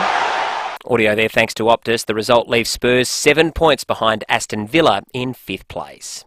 And that's the 5AA Sport. Now checking 5AA traffic. In North Adelaide, the lights are out due to a crash at the O'Connell Street Prospect Road intersection. In Trinity Gardens, there's sewer works on McGill Road at Portrush Road. Speeds are down to 40 and it's down to 1 lane both ways there. We're also seeing heavy delays along Portrush Road back to Paynham Road and busy at the moment for Citybound along the parade from Glimburn Road to Portrush Road. At OTR, you could win free coffee for a year. Order on the OTR app or scan in-store to automatically enter. T's and C's apply. SA permit number T24363. Adelaide's most accurate traffic on 5AA. See any issue firsthand with AutoCam. Real-time video, direct to you from your Automaster's technician. A sunny day and 22 today, mostly sunny tomorrow, also 22. More of the same for Sunday and 23 for Monday. At the moment, 14. More news as it happens on 5AA. The 5AA Player app lets you listen to all your favourite 5AA shows wherever you go. David Penberthy and Will Goodings. 5AA Breakfast. 23 minutes to 9. Couple of spots still available for Feedback Friday. 8223 0000. Couple of nice, easy questions. Round out your week. Bit of fun. Chance to win $100 worth of Samtas seafood. It goes a long way. That'll set you up. 8223 0000. Next two callers through will join Debbie for Feedback Friday on this Friday morning. So call in now. Do we have a recipe too? Have a bit of fun with us. We're doing a recipe at some point as well. Are I we? believe. Yeah. Oh, I've got one. Well, I've got a recipe. I've got a recipe ready to go. All right, we might do that before 9 o'clock then. I like this. Ben Jordan says, Will likes a good on this day story. And whilst not a highlight of the Australian sporting calendar, the Kentucky Derby is tomorrow, which is one of the Triple Crown in America with the Preakness and the Belmont Stakes, I think. If you want to read a fun bit of writing, read The Kentucky Derby is Decadent and Depraved by Hunter S. Thompson. Okay. Really good. That's not the theme of this on this day. On this day, 1958, the horse that won the Derby was called Tim Tam. Tim Tam. One of the spectators, Ross Arnott, who went on to name the biscuit after Tim Tam, the winner of the Kentucky Derby. I did not know that, Ben. Really? Ben Jordan, our stats man. What about now that? a history man too. Are there any other biscuits named after... No, there's Kingston. Kingston Town, is it? Monte Carlo. Often they're off. Mackay, no. Jats? Yeah. No, I can't remember what was called Jats. Yeah. The Tim Tam. How intriguing. What about mint slices run at the Melbourne Cup? That was good. Yeah, that's right. Should we feed back? Ice Five. And it's Ice Five-O coming home at Flemington. Ice Five-O. Let's feed back. Feedback. Friday today, so have you say feedback. Starting with the early bird, Debbie in South Clinton. Good morning to you, Debbie. Oh, I hadn't heard that theme music before. That's funny. Can I just say, how did the Tim Tam isn't it Tim Tam an Aussie biscuit? Yeah. So how did that happen? Yeah. Well, Ross Arnott was watching the He was on Kentucky holiday. Derby. Yeah, he must have he just liked the horse racing. Yeah. Oh, and then he came back here. Oh, I get it, and Yeah. named the biscuit. I was Yeah, going I to say, assume so. Americans don't know what Tim Tams are. No, they don't. Yeah, I guess if you say Tim Tam in America, they just assume you're talking about a horse. They're too busy eating Graham crackers. Hmm. Whatever Yeah, they are. Graham crackers. Who was Graham? I think they're graham crackers, aren't Yeah, they? Graham. Okay. That's how they pronounce Graham. Graham crackers. Yeah. All right, Debbie, let's do this. Hey, Debbie, have you ever done a hamstring? No. You have to move to do that, don't you? Yeah, it's true. All right, we won't ask you anything further then. Do you think the Mona Lisa deserves to have its own room? It's so tiny. No, because people think it's this massive thing and they get there and it's really small. No, it doesn't deserve its own room. Yeah, you're right. It'd be underwhelming going to the whole room to see a small picture. The works for the new Women's and Children's Hospital kicked off this week. What's more likely, that it will be completed on budget or on time? Pass. Hard pass. I like the Premier even said in his press conference, look, these things never happen on budget or time. He sort of I know. cut it off at the pass. Yeah, exactly. Would you work with orangutans in Indonesia if you had the opportunity, Debbie? Yes, I would. Look how rewarding it was for Jane Goodall working with the chimp. Unbelievable. Yeah, absolutely. Great. I mean, having worked here for 10 years, it wouldn't be that big a transition either. This is Do you own your own house, Debbie? A lot of people are fearing that with us overtaking Melbourne in the median house price, that not many people are going to get that opportunity in the future. Well, my God. So I live in South Clinton. We had 3 houses go for over $1 million in the last couple of weeks. Wow. It's Crazy, isn't it? It's crazy. And listen, the thing is, they don't look like $1 million homes. Yeah. They just look like the normal house around the corner. That's the scary thing. Yeah, it's a good point, Yes, Debbie. we do. We're lucky, but I don't know if our kids ever will. They'll have to wait till we crack it, I think. Yeah. Move into our homes. Wait till we pop our clogs and then move in. Good on you, Debbie. That was good feedback. Let's go to Prospect. Rob, good morning. Yeah, good morning. How are you? Hey, Rob, where do you think Rory Sloane sits in the conversation of the greatest crow of all time? I don't think he's the greatest. He's very good, and he's been a great player for the Crows, but he doesn't really rank up with some of the guys from the 80, was it? When did they win the premiership? 97, 98. Yeah, it's tough to remember the decade, isn't it?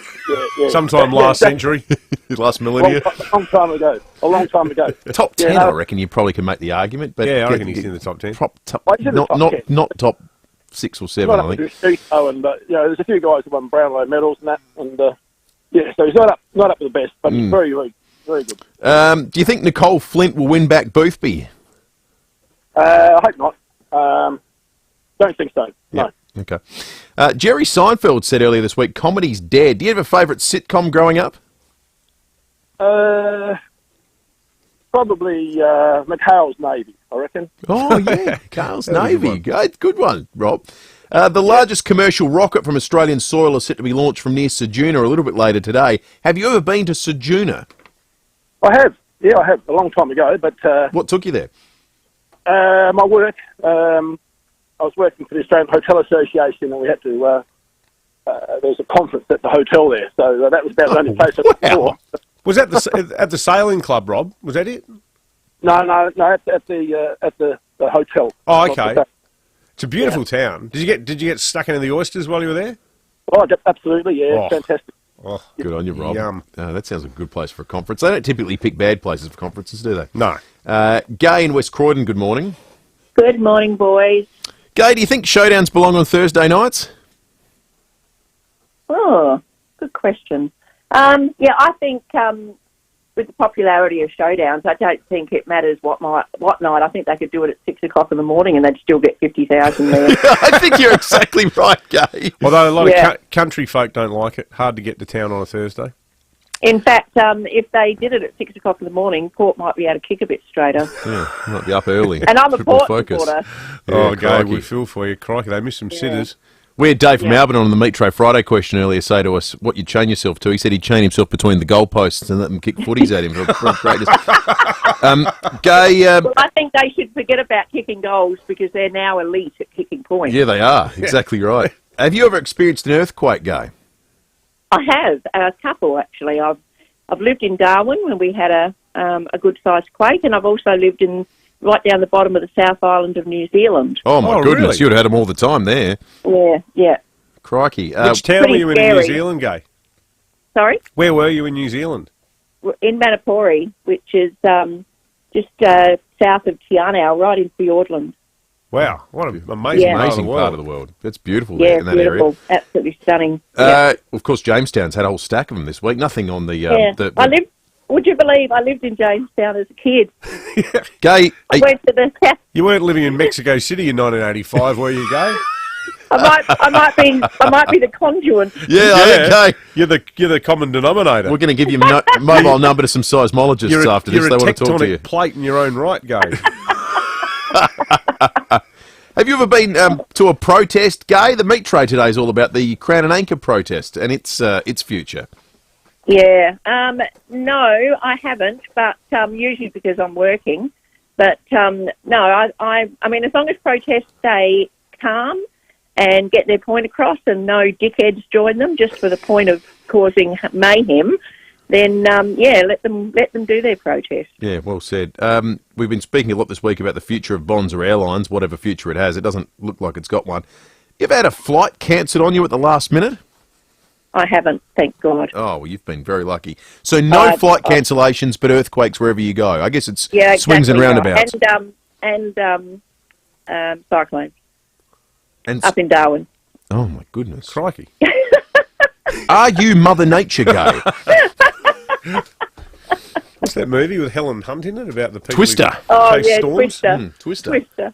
I like that film. I like stupid films like that. Gay, that was terrific. I really enjoyed Gay. all the Feedback Friday participants this morning. Who do we like? Debbie, Rob, or Gay? I mean, we like them all, but who's going to get the $100 Sam Test? Look, they were all good. I liked Gay's action-packed tales of earthquakes and living at the bottom of the world. It's amazing. So I'd call her Hurricane Gay, but that sounds like the one thing she hasn't experienced. Maybe she has. Makes it sound like a wrestler. Hurricane Gay. Hurricane Carter, boxer, or a snooker player. Was a snooker Hurricane Higgins. Hurricane Higgins. Hurricane Higgins. How do you earn the nickname Hurricane playing from snooker? memory, was he Welsh?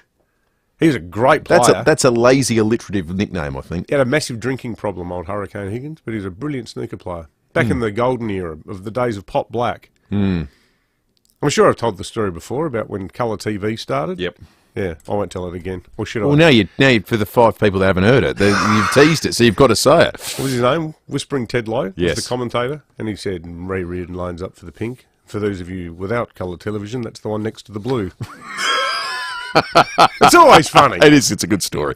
12 to 9. Let's check traffic. In North Adelaide, the lights are out due to a crash at the O'Connell Street Prospect Road intersection. In Trinity Gardens, sewer works this morning on McGill Road at Portrush Road. Speeds are down to 40 with one lane closed for both directions. We're also seeing heavy delays along Portrush Road back to Paynham Road and busy too for Citybound along the parade from Glimburn Road to Portrush Road. Freedom's Ultimate Sofa Sale ends Sunday. Get 10 to 50% off all sofas. That's every sofa in every size, style and colour. Only at Freedom, home of sofas. Adelaide's most accurate traffic on 5AA. Buds, where are we thinking for our same race multi? Let's see. With Ladbrokes, we can place one at Doomben, Moonee Valley. Bet on more tracks and race codes than ever before with the Ladbrokes Same Race Multi. T's and C's apply. See website for details. You win some, you lose more. At Coles, there's great value hands down across fruit and veg this week. Like delicious South Australian Pink Lady apples. Just $3 a kilo. Just $3. Get great value hands down at Coles. Offer ends Tuesday. We're with Bronte Manuel from Toop and Toop Real Estate. Bronte, what's the current state of the Adelaide market? For the past 3 years, Adelaide's property market outperformed all other capital cities Australia-wide, and it feels like Adelaide is having its second wind. So, what factors contribute to this growth? Interstate migration numbers are climbing, and new home dwelling approvals are through the floor. Buyers are worried they may not have a home. This can only translate into further price growth. How should homeowners take advantage of the current market? It has never been so critical to find the right agency with a proven strategy. At Toop and Toop, we've set the highest amount of suburb records in SA. To take advantage of the current property boom, get in touch with Toop and Toop today. Thanks, Bronte. Great insights. To find out more, go to toop.com.au. Look, we weren't going to say anything, but here at Mawson Lakes Volkswagen, we've had some great news. We have just been named National Dealer of the Year by Volkswagen. Again, 2 years running. We're so chuffed we're having a sale on new and demo stock. They're available for immediate delivery with easy finance options. And remember, convenient next day servicing with complimentary loan vehicles. Now our great news is your great news. Mawson Lakes Volkswagen's National Dealer of the Year sale. Salisbury Highway, just a short drive from the city. Pathology is an essential part of our healthcare system, and 70% of all our medical decisions rely on pathology tests. They help GPs and other healthcare professionals diagnose illnesses, diseases and infections, and we all benefit from pathology being bulk billed. But government funding hasn't increased in 24 years, so to keep pathology affordable and accessible for all Australians, visit keeppathologybulkbilled.com.au. Authorised by LWET, Australian Pathology Canberra. Get the garden you want at Garden Grove. Start with Instant Lawn. Garden Grove are the instant lawn experts with a big range of well-priced, top-quality instant lawns for instant laying now. So for the lawn you want, see Garden Grove, Golden Grove Road, Golden Grove. Open 7 days. Phone 8251 1111 for delivery to your area. Garden Grove, that's the garden. Garden Grove, that's the garden. Garden Grove, the garden that I want. Buds, where are we thinking for our same race multi?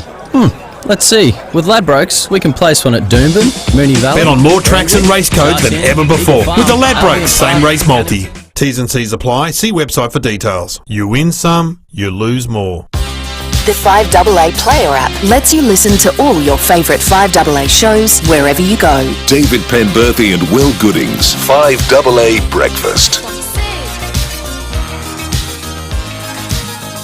Did you know that Justin Trudeau's mother was in the band that sang this song? No. Men Without Hats. Is that right? She's in the video. You know what? It's believable that he's the child of a rock and roll family. Yeah. She also caused a scandal once where she said she thought Fidel Castro was the sexiest man alive. I think Trudeau said that too, hasn't he? Yep. No, he'd be more a Che Guevara fan. Yeah, you're right. You're right. He's more of a Che Guevara man. Woke.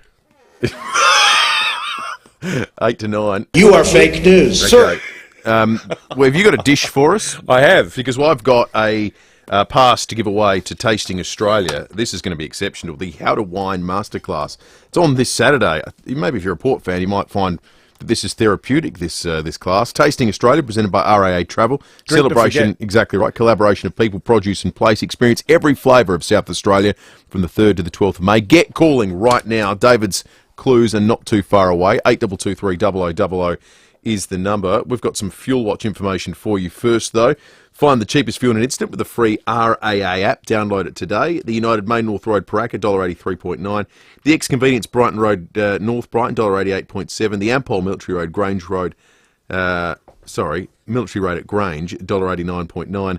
The cheapest diesel, the Liberty Main North Road Blair Athol, $1.89.5. I like that Ampol. Is that the one? That's the one near the Grange train line.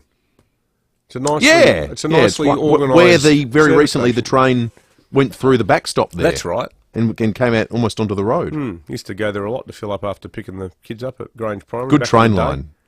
Nice little I feel routine guilty there. that we have that train line in Grange because it is awesome, but it's not the busiest. You're blessed. It's a bit of random infrastructure, isn't it? It really is. It's not like Grange is a mega No, population I don't want to talk centre. about it because I'm afraid they'll shut it. But I feel like sometimes it's what it must be like living in Western Sydney. Yeah. Where you're like, oh, this must have been a marginal seat at some maybe point. it was like the 1960s. They needed to win Colton to form government. I often wonder, but it is maybe a great it's part service. of a Thomas play for gerrymander. Could have been. Whatever it is, I'm delightful for it. Oh, yeah. No, you guys are living high on the hog there in Grange. Well, the people in, Seaford had to wait decades for a I train. know. Yeah, People in Nollunga are still waiting for an escalator. Meanwhile, in Grange, you've got that escalator has to dodge the Houthis. That's part of the chicken issue. And you got that wonderful little coffee shop on the corner there. Yeah. On Jetty Street. Beautiful part of All the right, world. here we go. Big clue, don't eat this if it's made by Erin Patterson. I fill it, mushrooms, pate, and puff pastry. We should say she's allegedly had some problems making that dish. She has, allegedly. Peter and Ethelston, good morning. Good morning. It's Beef Wellington. Correct, Peter. It is, of course, Beef Wellington. You are the winner of the thing.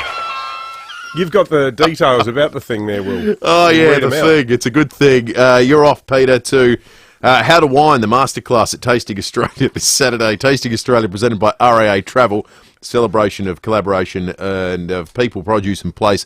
Experience every flavour of South Australia from 3rd to the 12th of May. I need a moment to gather myself after that. Hey, do your patriotic duty, folks. We've got no AFL games left in Adelaide for this weekend. Get along to the SANFL. There are some cracking games, and it is a cheap day out. This is the football code that inflation forgot. It's still free for people under the age of 18, and I'm going to be there Sunday at what should be a cracking game. Jimmy Rowe is on fire at the moment for the Eagles. Yep. But the Sturt with Will Snelling, my God. That's going to be a great game. I'll tell you what, mid-season draft, the AFL can keep its stinking hands off Will Snelling, thank you. But what does Will Snelling think about that?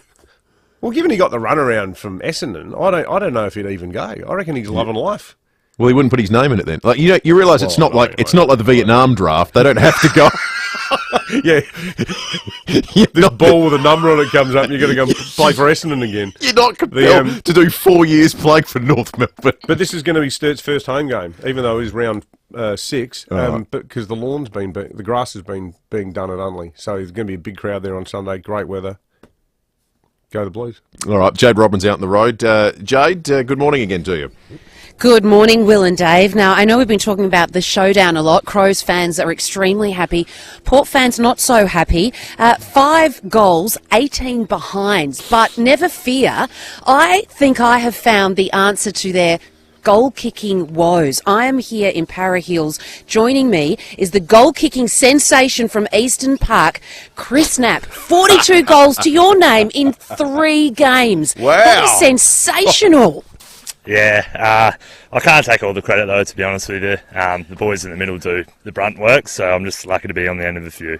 So it's you're really, really good, they're not really, really bad, and you're the only one that they kick to? No, we have a few goal kickers. If you go through, we've been winning our first 3 games by a little bit, so there's actually a few blokes that have been kicking some goals, so it's not just me. Okay, so Ken Hinckley has admitted that, Houston, we have a problem. He is saying that technique. Talk us through your technique. What advice could you give them? I actually used to be a really bad set shot, to be honest, so it's something I've worked on a fair bit. I just try and stay calm and do the same thing over and over to make it easier, but yeah, obviously they're coming off all right at the moment, so... Have you been watching any YouTube videos and look any, plugger perhaps? No, I love Buddy. Buddy's always been my favourite player, so a little bit of inspiration from him, but yeah, he's the man I go to. Okay, so Hinckley also said it could be psychological, so how could you help them in that department? I think once you've missed a couple, you go back to basics, so yeah, just try and remain calm, take a couple deep breaths, and yeah, try to do the same thing over again. All right, so if you get the call up, are you available to go and help them at Alberton today? Today maybe, but tomorrow I've got a pretty important game with the boys. We're playing Ingle Farm and they're travelling pretty well at the moment as well, so I've got to make sure I'm available for that and hopefully notch up another win with the lads. Hey, no pressure, but do you reckon you could boot 100 this season? So I've been asked that lately, this week a fair bit, but again, I'm not really thinking about that. I just think it's gathering a bit of outside noise, to be honest. If it meant not kicking another goal for the year, I'd just rather win a flag, so... And how are your chances? I'm guessing you guys are top of the table. We are. We're sitting top at the moment, but there's a couple of good teams. Ingle Farm and Salisbury are right around the mark, so I think tomorrow will tell us where we're at. And yeah, I think if we can get a win tomorrow, we've a very good chance we can go all the way this year. Sensational, Chris. Thank you very, very much. Thanks for your time. Oh, that was superb, Jade. 42 goals. Is he going to kick 100? He'll have him by round 7 at this rate. 42 goals in 3 games. Chris Knapp, what a legend. Superstar. It's Scotty Hodges-esque. Love local footy stories. Hey, we're out of time. We've got to meet Trey to award, though. We do. Thanks to the great people at Gramazio Foods. Gramazio. Matt from Somerton Park. All the entries were excellent, and we really like Matt's, though, about the Men in Black figurine on the life-size figure on Cross Road, just there near La-di-da Victoria Avenue.